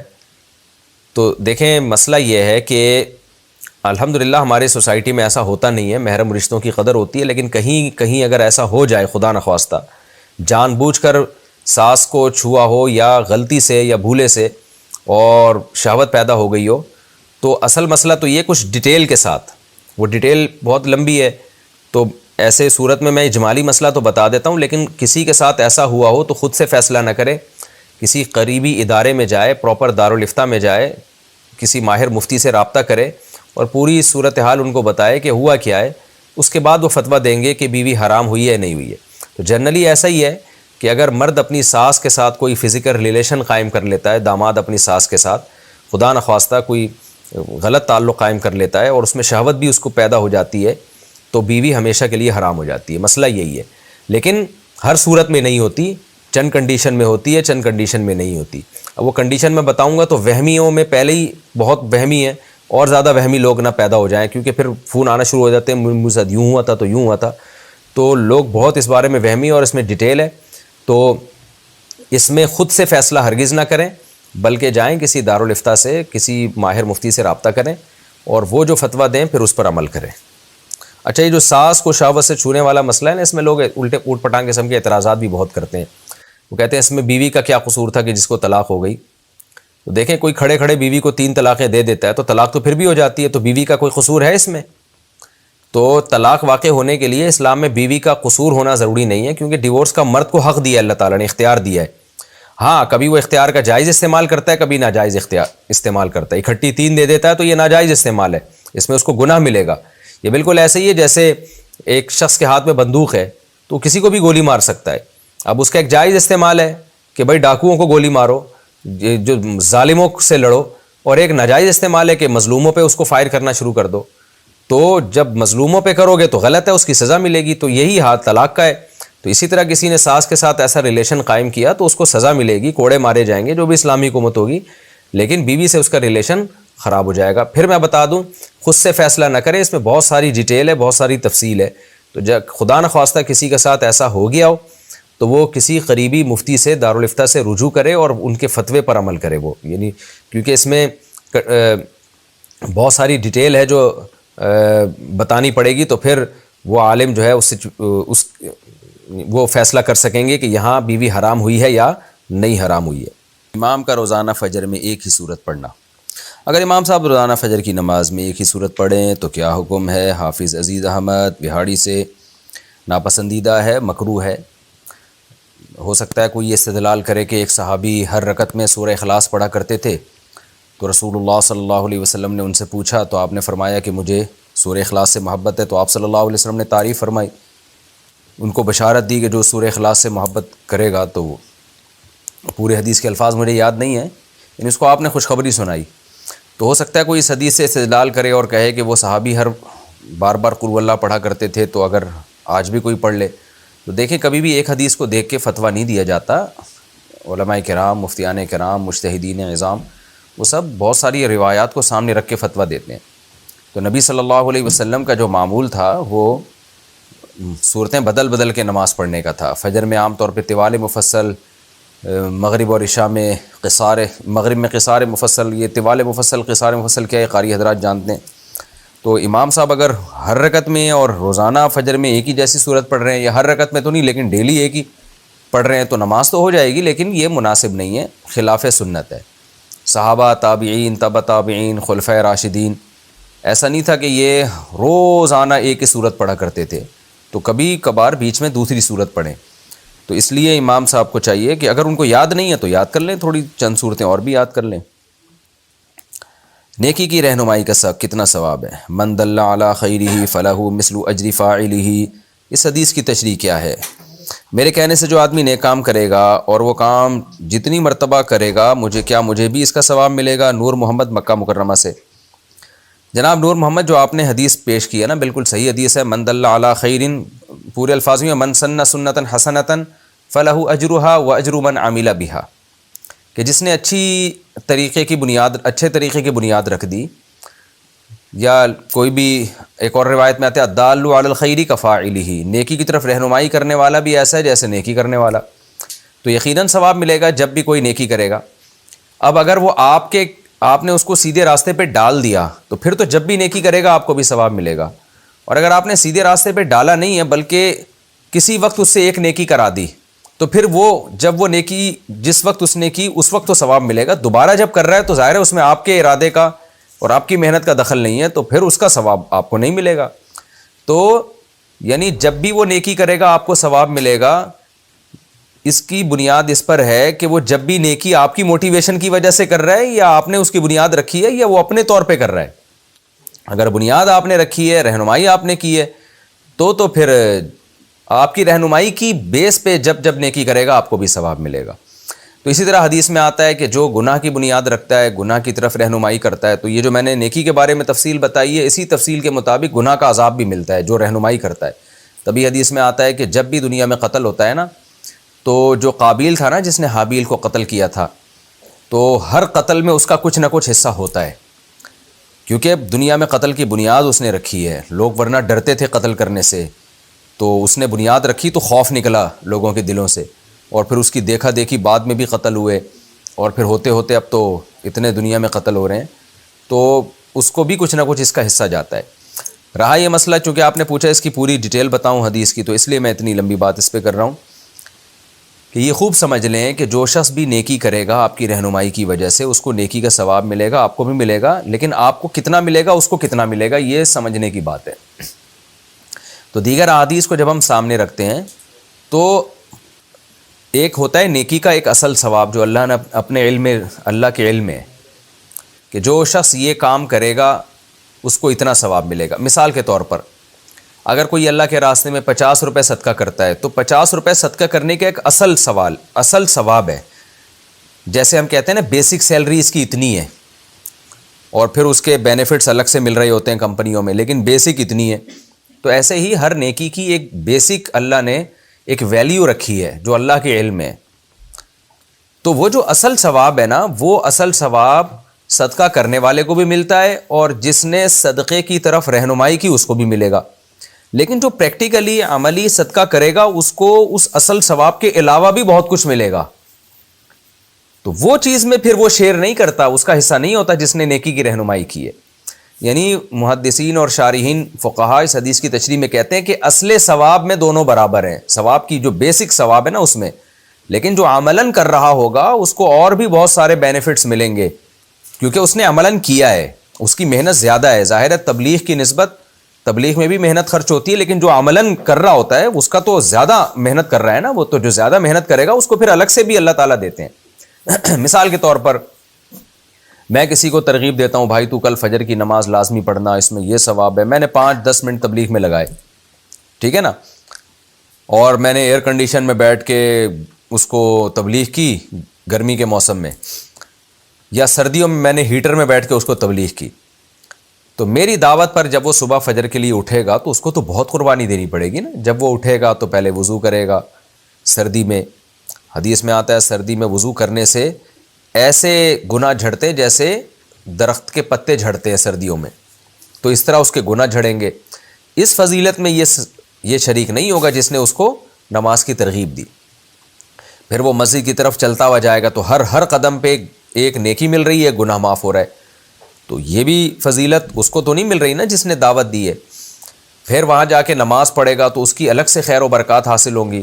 تو اصل جو نماز ہے، جو فجر کی نماز کا اصل ثواب میں تو جس نے گائیڈ کیا وہ شریک ہوگا، اللہ اس کو بھی پورا اجر دیں گے. لیکن جو عملی طور پر جس نے الگ سے محنت کی ہے، ٹینشن اٹھائی ہے، اس کو الگ سے بھی اللہ تعالیٰ بہت کچھ عطا کریں گے. تو یہی مسئلہ گناہ کا بھی ہے. تو جب آپ کسی کو گناہ کی رہنمائی کرتے ہیں اور آپ کی رہنمائی کی بیس پر وہ قتل کرتا ہے خدا نخواستہ، یہ چوری کرتا ہے، تو آپ بھی اس میں اس کے اصل گناہ میں برابر کے شریک ہوتے ہیں. چوری کا جو اس کو گناہ ملے گا آپ کو بھی ملے گا، لیکن اس گناہ کے علاوہ بھی اس کو بہت ساری نحوستیں اس پر آئیں گی، بے برکتیاں آئیں گی. تو اس میں آپ اس کے ساتھ شریک نہیں ہوں گے کیونکہ عمل اس نے کیا ہے. تو اس لیے علماء کہتے ہیں کہ عمل کا جو ثواب ہے نا، یا عمل کا جو عذاب ہے، تو جو بدعملی یا نیک عمل کرنے والا ہے حقیقت میں وہ جتنا ثواب یا عذاب کما لیتا ہے تو اس کی رہنمائی کرنے والا اتنا نہیں کماتا، نہ ثواب نہ عذاب. ہاں اصل ثواب میں وہ اس کے ساتھ شریک ہوتا ہے. تبھی حدیث میں جو آتا ہے نا کہ جس نے عمل کی نیت کی اور جس نے عمل کیا دونوں عمل ثواب میں برابر ہیں، تو برابر کا مطلب اصل ثواب میں. لیکن پریکٹیکلی جو کرے گا اس کو پھر اللہ تعالیٰ الگ سے بھی نوازیں گے. اچھا بھائی، 4 رکعت سنت میں 2 رکعت پر سلام پھیر دیا. ایک شخص نے عصر یا عشاء سے پہلے کی 4 رکعت سنت کی نیت باندھ لی، پھر 2 رکعت مکمل کرنے کے بعد نماز کھڑی ہونے لگی تو سلام پھیر لیا. تو کیا اس کو بعد میں باقی بھی پڑھنی ہوگی یا نہیں؟ محمد عمیر لاہور سے. دیکھیں جو عصر یا عشاء سے پہلے کی 4 سنتیں ہیں، یہ سنتیں غیر مؤکدہ ہیں، تو ان میں 4 کی نیت کریں 2 کی نیت کریں برابر ہے. اگر آپ نے 4 رکعت کی نیت سے نیت باندھی تو 2 رکعت کے بعد بھی سلام پھیر سکتے ہیں. 2 رکعت کی نیت سے نیت باندھی تو 4 رکعت کے بعد بھی سلام پھیر سکتے ہیں. 2 رکعت کے بعد آپ نے اتحیات پڑھی تو درود شریف دعا پڑھ کے بھی کھڑے ہو سکتے ہیں اور تیسری میں ثنا بھی پڑھ سکتے ہیں. اور یہ بھی کر سکتے ہیں کہ درود شریف دعا کے بغیر کھڑے ہو جائیں اور تیسری میں ثنا بھی نہ پڑھیں. ہر طرح سے جائز ہے. تو اس لیے اگر ظہر یا عصر سے پہلے 4 سنتوں میں جماعت بیچ میں کھڑی ہو جائے تو 2 رکعت کے بعد آپ سلام پھیر دیں تو نماز آپ کی ہو جائے گی. بقیہ 2 رکعتیں لوٹانا ضروری نہیں ہے. لیکن اگر ظہر سے پہلے کی آپ 4 سنتیں پڑھ رہے ہیں تو اگر جماعت کھڑی ہونے کی وجہ سے آپ نے 2 رکعت کے بعد سلام پھیر دیا تو یہ 4 رکعت آپ کو پھر دوبارہ پڑھنی پڑیں گی. تو وجہ اس کی ہے کہ یہ 4 رکعت ہی پوری منعقد ہوتی ہیں، اس میں آپ کو 2 رکعت کے بعد سلام پھیرنے کی اجازت نہیں ہے. تو یہ 4 کی نیت ہے تو 4 سنتیں پوری 4 رکعتیں ہی پڑھنی پڑیں گی آپ کو. اگر آپ نے 2 رکعت کے بعد سلام پھیر دیا غلطی سے تو آپ فوراً کھڑے ہوں گے، بقیہ 2 رکعتیں مکمل کریں گے اور آخر میں سجدہ سہو کریں گے. اسی طرح یہ جو سنت مؤکدہ ہے ظہر سے پہلے کی جو 4 ہیں، ان میں اتحیات کے بعد آپ درود شریف بھی نہیں پڑھ سکتے۔ اگر آپ نے درود شریف پڑھ لیا تو سجدہ سہو واجب ہوگا آپ کے اوپر، اور تیسری رکعت میں بھی آپ ثنا نہیں پڑھیں گے اس میں، بلکہ ڈائریکٹ بسم اللہ پڑھ کے سورہ فاتحہ شروع کر دیں گے۔ استخارہ کے خلاف عمل کرنا، استخارہ کے خلاف عمل کرنے کا کیا حکم ہے؟ اگر ایسا ہو گیا ہو تو کیا کریں؟ شیخ عبد الرحمن صاحب۔ جناب شیخ عبد الرحمن صاحب، استخارہ کے خلاف عمل کا کوئی مطلب ہی نہیں بنتا۔ اصل میں استخارے کا جو کانسیپٹ ہے نا شریعت میں، قرآن و سنت میں، وہ کانسیپٹ نہیں ہے جو لوگوں میں مشہور ہے۔ لوگ یہ سمجھتے ہیں کہ ہم جب 2 رکعت پڑھیں گے، استخارہ کی دعا مانگیں گے، اس کے بعد ہم سوئیں گے تو ہمیں خواب میں ہدایت ملے گی، تو ہم جب صبح اٹھ کے اس ہدایت کے خلاف گئے تو استخارے کے گویا خلاف چلے گئے۔ تو ایسا نہیں ہوتا۔ قرآن و سنت میں، حدیث میں جو استخارہ ہے، وہ استخارہ صرف اتنا ہے کہ 2 رکعت پڑھ کے آپ استخارے کی مخصوص دعا مانگیں، اور کرنا وہی ہے جو آپ کے سمجھ میں آئے۔ تو استخارے میں آپ کو کوئی گائیڈنس نہیں ملتی، کوئی رہنمائی نہیں ملتی۔ استخارہ اللہ سے دعا مانگنے کا نام ہے۔ لیکن یہ دعا اتنی اہم ہے کہ اس کی ورڈنگ بھی نبی نے سکھائی، اور بہت تاکید کے ساتھ بتایا کہ ان الفاظ کے ساتھ اس طریقے سے جو دعا کرے گا اللہ اس کو ناکام نہیں کرتے۔ تو اس لیے دعا مانگنے کے بعد پھر کرنا وہی ہے جو اپنی سمجھ میں آ رہا ہے۔ تو بس جو بھی کریں گے انشاءاللہ اس میں اللہ تعالیٰ خیر و برکت دے گا، لیکن کرنا وہ ہے جو سمجھ میں آ رہا ہے۔ مشورہ بھی لیں لوگوں سے، اس کے بعد ایک رائے قائم کریں، تو وہ رائے پر عمل کریں آپ۔ تو اس میں استخارہ کی مخالفت بھی نہیں ہو رہی، حمایت بھی نہیں ہو رہی، کیونکہ استخارہ کوئی بتا تھوڑی رہا ہے آپ کو کہ یہ کرنا ہے کہ نہیں کرنا۔ لوگ یہ سمجھتے ہیں کہ استخارہ اللہ سے مشورہ ہے، یہ بالکل غلط ہے۔ تو اللہ سے مشورہ نہیں ہے کہ اس کے خلاف نہیں جا سکتے آپ۔ تو جو سمجھ میں آ رہا ہے وہ کریں۔ ہاں سمجھ میں کچھ آ رہا ہے کر اس کے خلاف رہے ہیں تو یہ تو ویسی بے وقوف ہونے کی علامت ہے کہ ایک آدمی کو سمجھ میں یہ آ رہا ہے کہ میں یہ کروں لیکن کر کچھ اور رہا ہے، تو یہ تو استخارہ نہ بھی ہو تو آپ کو نقصان ہوگا، کیونکہ جو چیز سمجھ میں آ رہی ہے، مشورہ کرنے کے بعد، لوگوں سے رائے لینے کے بعد ایک بات آپ کی سمجھ میں آ رہی ہے کہ مجھے یہ کام کر لینا چاہیے لیکن پھر بھی نہیں کر رہے، تو استخارہ کیا ہوا ہو یا نہیں کیا ہوا، دونوں صورتوں میں غلط ہو جائے گا نا۔ یہ انسان عقل مند وہی ہوتا ہے جو اس کی جو سمجھ میں آ رہا ہوتا ہے وہ وہی کر رہا ہوتا ہے۔ جنات کہاں دفن ہوتے ہیں؟ کیا جنات مرنے کے بعد دفن ہوتے ہیں؟ کیا ان کے لیے بھی قبرستان ہے یا ان کے لیے کوئی اور حکم ہے؟ رضوان صاحب نے جہلم سے پوچھا ہے۔ دیکھیں معین اختر سے انور مقصود صاحب نے پوچھا تھا کہ آپ کے ماموں کیا کرتے ہیں۔ معین اختر نے کہا تھا کہ ماموں کی باتیں ماموں سے پوچھیں، تو میں سوچ رہا ہوں کسی ایک جن ون کو لے آؤں یہاں آسک مفتی طارق مسعود میں، اس چینل میں، تاکہ جنات کے مسائل پھر وہ بتایا کرے۔ تو کسی بھی جن سے میری اگر ملاقات ہو گئی تو میں اس کو بھی کیمرے کے سامنے لے آؤں گا، تو دیکھیں وہ کیا جواب دیتا ہے۔ اب تک کی رپورٹ جو میرے پاس نالج ہے جنات کے بارے میں وہ یہ ہے کہ ظاہر ہے مرتے تو ہیں، پیدا بھی ہوتے ہیں، مرتے بھی ہیں۔ تو جب مرتے ہیں تو ان کی لاشوں کو کہاں ٹھکانے لگایا جاتا ہے یہ اللہ ہی جانے اور جنات ہی جانے۔ تو ہمارے علم میں کوئی ایسی نہ شریعت نے ہمیں اس بارے میں کچھ بتایا، نہ کوئی مشاہدے پر مبنی کوئی حقیقت کسی کے سامنے ہے۔ تو ہم نے کرنا بھی کیا ہے؟ اگر جنات کے قبرستان بالفرض ہوتے بھی ہوں تو ہمیں تو نہیں پتہ کہاں ہوتے ہیں، وہ مادی خبریں نہیں ہوتی ہوں گی، کیونکہ جنات کو تو اللہ نے آگ سے بنایا ہے، تو وہ تو مادی چیزیں کھاتے بھی نہیں ہیں۔ تو وہ پتہ نہیں کیا کھاتے ہیں، جو حدیث میں آتا ہے ہڈیاں کھاتے ہیں نا، تو ہڈی کا کھانے کا مطلب یہ نہیں کہ ایسے ہڈیاں پکڑ کے کھا لیتے ہیں، بلکہ ہڈیوں سے ان کو کوئی ریز نکلتی ہوں گی جو ان کی خوراک ہوں گی، تو گوبر سے کوئی ریز نکلتی ہوں گی جو ان کی خوراک ہوں گی، تو یہاں سے یہ انرجی حاصل کرتے ہیں۔ تو مادی چیز جنات نہیں ہے، ہاں مادی چیزوں میں حلول کر جاتے ہیں، تو مرنے کے بعد ان کو یہ مادی خبر کی ضرورت بھی نہیں ہے، تو ہو سکتا ہے کوئی ہوا میں ہی ان کا قبرستان ہو یا کہاں ہو۔ تو یہ رپورٹ بہرحال میرے پاس نہیں ہے، اور اب تک کی رپورٹ کے مطابق کوئی بندہ بھی نہیں ہے جس کے پاس یہ صحیح اوتھینٹک رپورٹ ہو، اور اس رپورٹ کا کوئی فائدہ بھی نہیں ہے نا، ہم نے کرنا کیا ہے۔ تو باقی جنات کا کوئی اگر یوٹیوب چینل ہو تو میرے علم میں بتائیں، تو ہم ان سے پھر پوچھیں گے انشاءاللہ اور ان سے یہ مسئلہ ریکارڈ کروائیں گے۔ کیا شریر جنات کو جلا سکتے ہیں؟ کیا کسی عامل کے لیے جائز ہے کہ وہ کسی مسلمان جن کو جلا دے جس نے کسی انسان کو تنگ کیا ہو؟ رضوان صاحب جہلم سے۔ رضوان صاحب یہ عامل لوگ جو کہہ رہے ہوتے ہیں نا ہم نے جنات جلا دیے، یہ لمبی لمبی پھینک رہے ہوتے ہیں، تو اس لیے جائز ناجائز تو دور کی بات، ایسا ممکن بھی ہے یا نہیں ہے اس پر بھی کوئی دلیل نہیں ہے۔ یہ باتیں ہم نے عاملوں سے ہی سنی ہوتی ہیں کہ ہم نے اتنے جلا دیے، اور 2-4 جنات تو عامل جلاتا ہی نہیں ہے، 10 لاکھ 20 لاکھ 40 لاکھ 2 کروڑ، کیونکہ پھینکنے پر گورنمنٹ کی طرف سے کوئی پابندی نہیں ہے نا، تو میں نے بھی بہت سے عاملوں سے ہمارا بھی سلام دعا ہوئی، تو وہ کہتے ہیں میں نے اتنے لاکھ جنات جلا دیے، میں نے 2 کروڑ جنات جلا دیے. تو وہ پھینک رہے ہیں، گورنمنٹ کی طرف سے پابندی نہیں ہے. آپ کیوں اپنی چیزوں کو ان عاملوں پہ ضائع کر رہے ہو؟ آپ اچھے سچے اپنے اچھے بچوں کی طرح جو پریکٹیکل لائف ہے نا اس کو سامنے رکھ کر زندگی گزاریں. تو یہ پھینک رہے ہوتے ہیں عامل لوگ. عشاء کے بعد اجتماعی طور پر سورہ ملک پڑھنا. بعض مساجد میں نماز عشاء کے بعد امام صاحب سورہ ملک پڑھتے ہیں اور مقتدی حضرات سنتے ہیں، ایسا کرنا ٹھیک ہے؟ یہ بھی جہلم سے رضوان صاحب نے پوچھا ہے. دیکھیں سورہ ملک انفرادی طور پر پڑھنے کا حکم ہے، اجتماعی طور پہ پڑھنا ٹھیک نہیں ہے. آپ امام صاحب کو عزت کے ساتھ محبت کے ساتھ سمجھا دیجئے، اتنا سمجھائیں پرچہ لکھ کے دے دیں ان کو، بولے امام صاحب یہ عمل ٹھیک نہیں ہے، یہ چیزیں بدعت کا ذریعہ بنتی ہیں.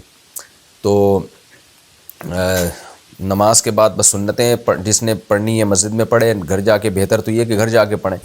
تو یہ اجتماعی حیت پر اس طرح کے انفرادی اعمال جو ہیں اجتماعی حیت پہ کرنا یہ ٹھیک نہیں ہے. اس کو اگر سنت یا ثواب سمجھ کے کریں گے تو بدعت ہو جائے گا، ورنہ بدعت کا ذریعہ تو بہرحال ہے یہ.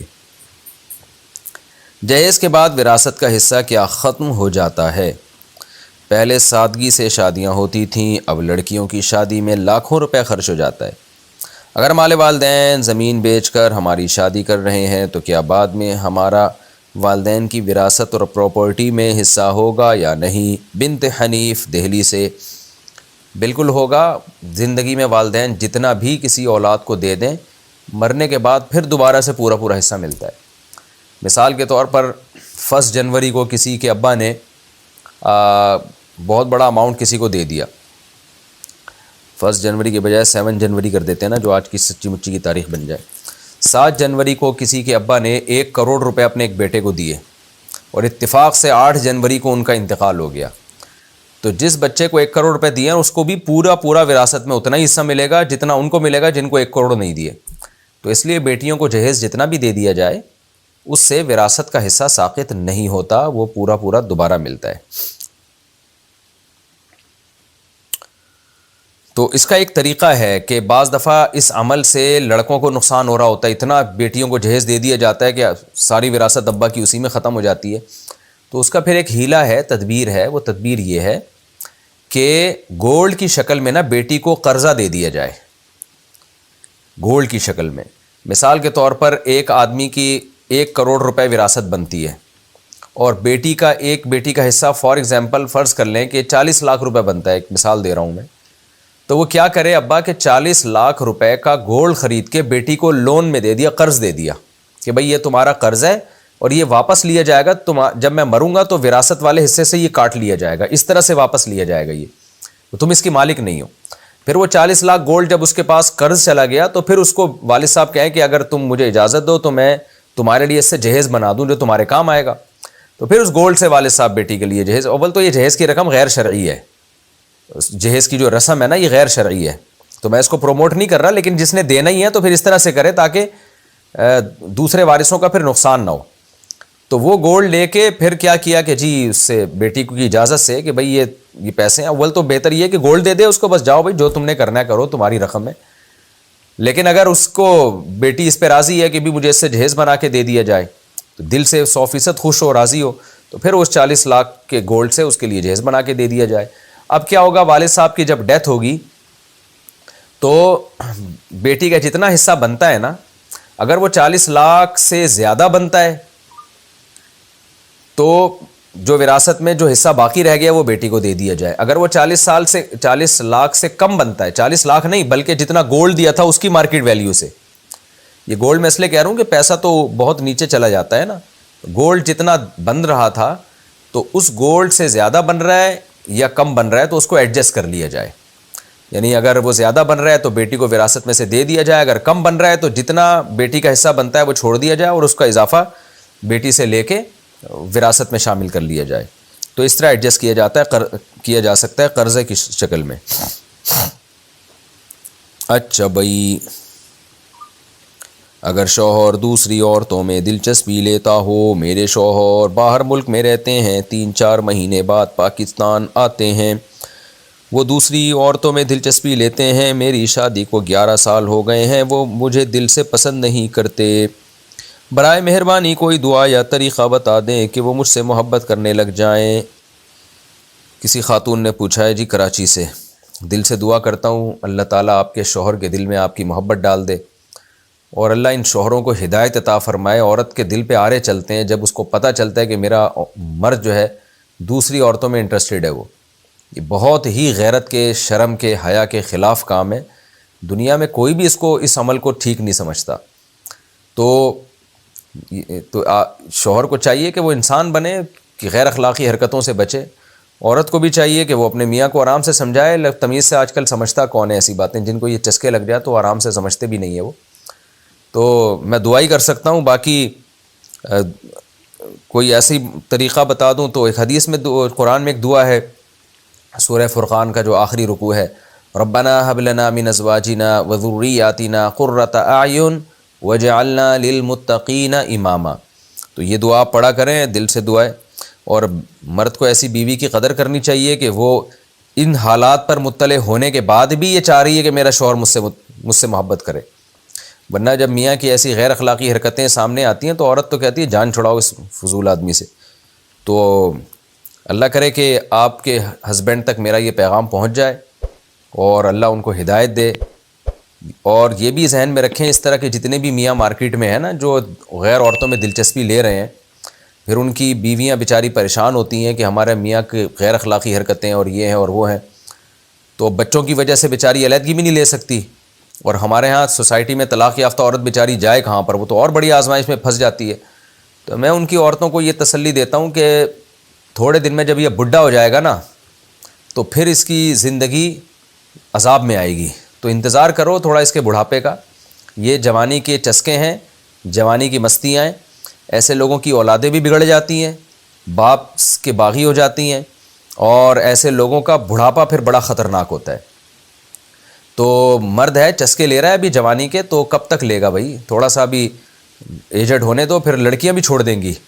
اور جب بوڑھا ہو جاتا ہے نا آدمی تو وہی جیسے بڈھے شیر کو دیکھو نا کیسے پڑا ہوتا ہے، ساری بدماشیاں ختم ہو جاتی ہیں جنگل میں اس کی۔ تو مرد کی بھی بدماشیاں بڑھاپے میں ختم ہونے والی ہیں، صحت ہی نہیں رہے گی، قوت ہی نہیں رہے گی۔ تو اس لیے اس سے پہلے انسان بن کے اپنے گھر کو فوکس کرو بھائی، بیوی سے محبت کرو، اولاد سے محبت کرو، ان کی تربیت کی فکر کرو۔ کل یہ بچے آپ کے کام آئیں گے، جب ان کو پتہ ہوگا ہمارے ابا نیک آدمی ہیں، تو بچے بھی بڑھاپے میں قدر کرتے ہیں۔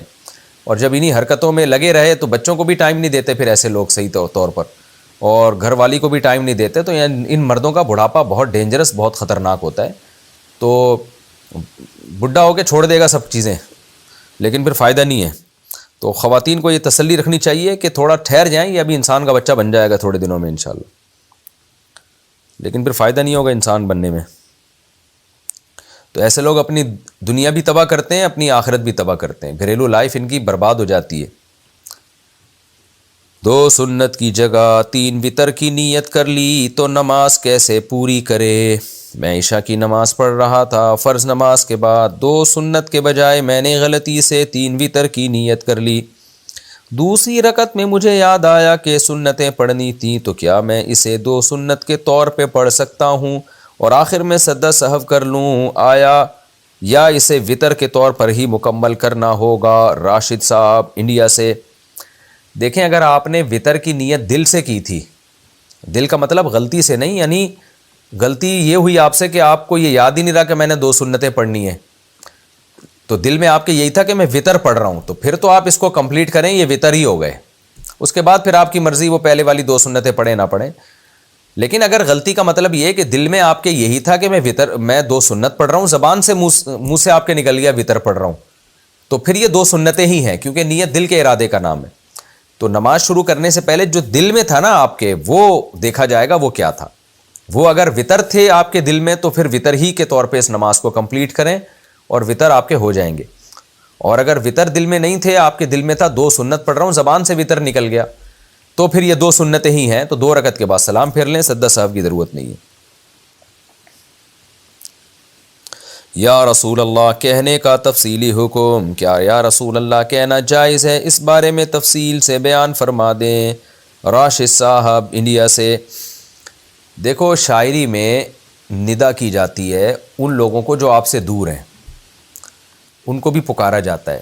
تو یہ شعر و شاعری میں تو اس کی اجازت ہے کہ جیسے شاعر پکار کے کہتا ہے یا رسول اللہ میں آپ سے محبت کرتا ہوں، میں آپ کے شہر آنا چاہتا ہوں، یا رسول اللہ آپ قیامت کے دن حوض کوثر پہ مجھے پانی پلائیے گا، تو یہ شاعروں کا تخیل ہوتا ہے، اس پہ شرک کا حکم نہیں لگتا، الا یہ کہ وہ صاف لفظوں میں نبی سے مدد مانگنا شروع کر دے تو وہ تو ظاہر ہے پھر شرکی ہے، شرکی الفاظ ہیں۔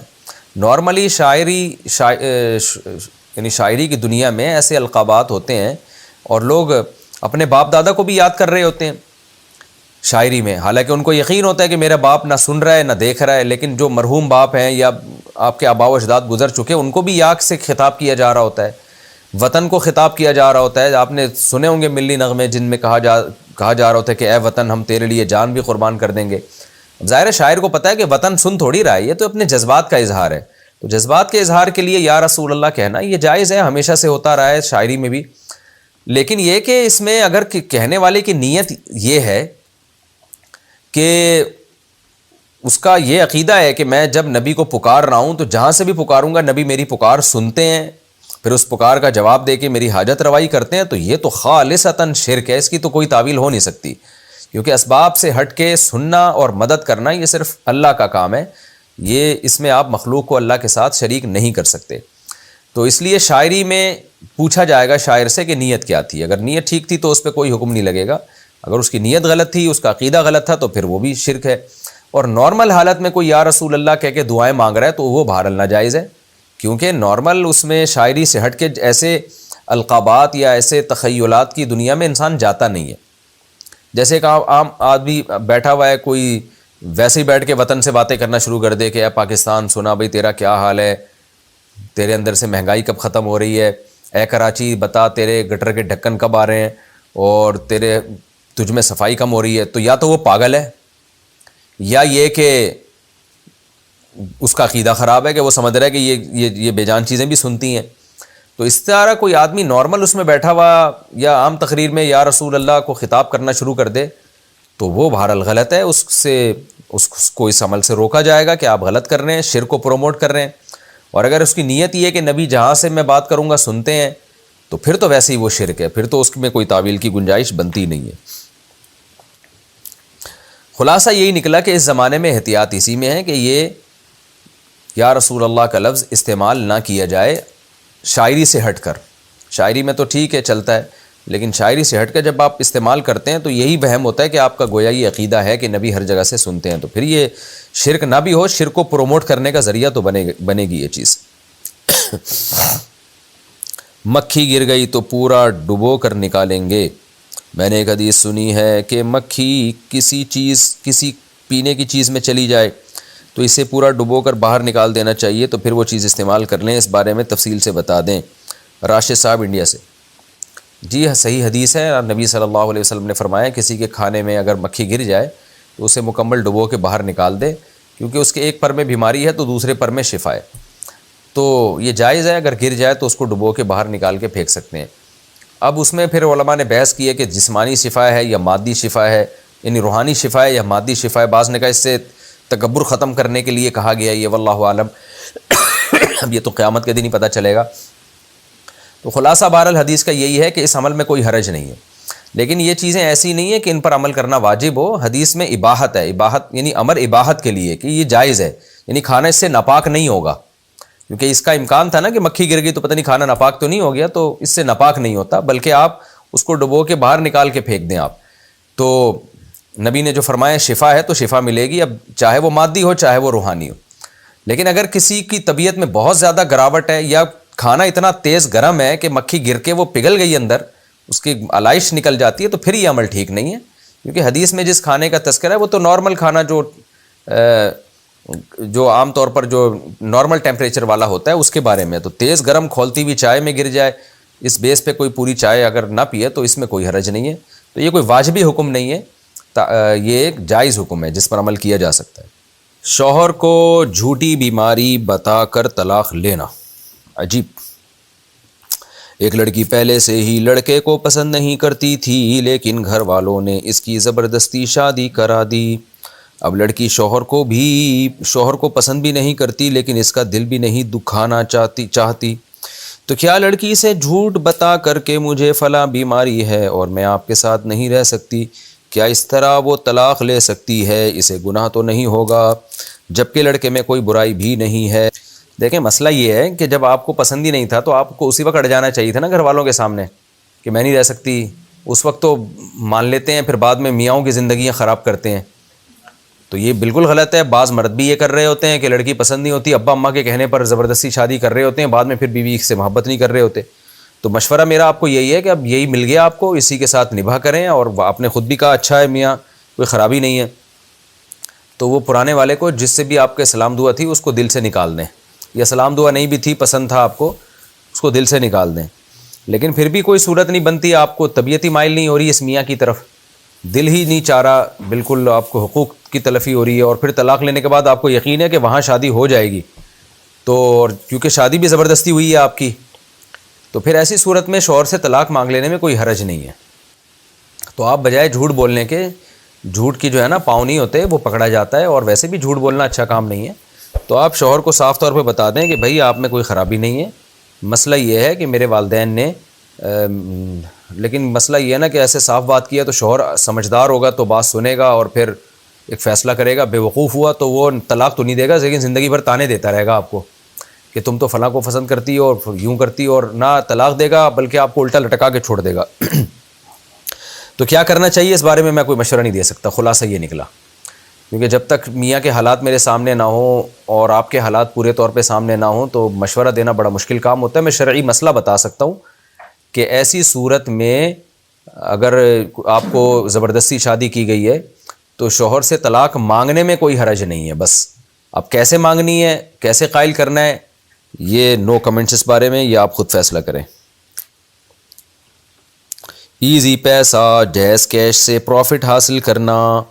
ایزی پیسہ اور جیز کیش والوں نے یہ آپشن دیا ہے کہ اگر آپ کے اکاؤنٹ میں اتنے پیسے ہوں تو آپ کو اس کا پروفٹ ملے گا۔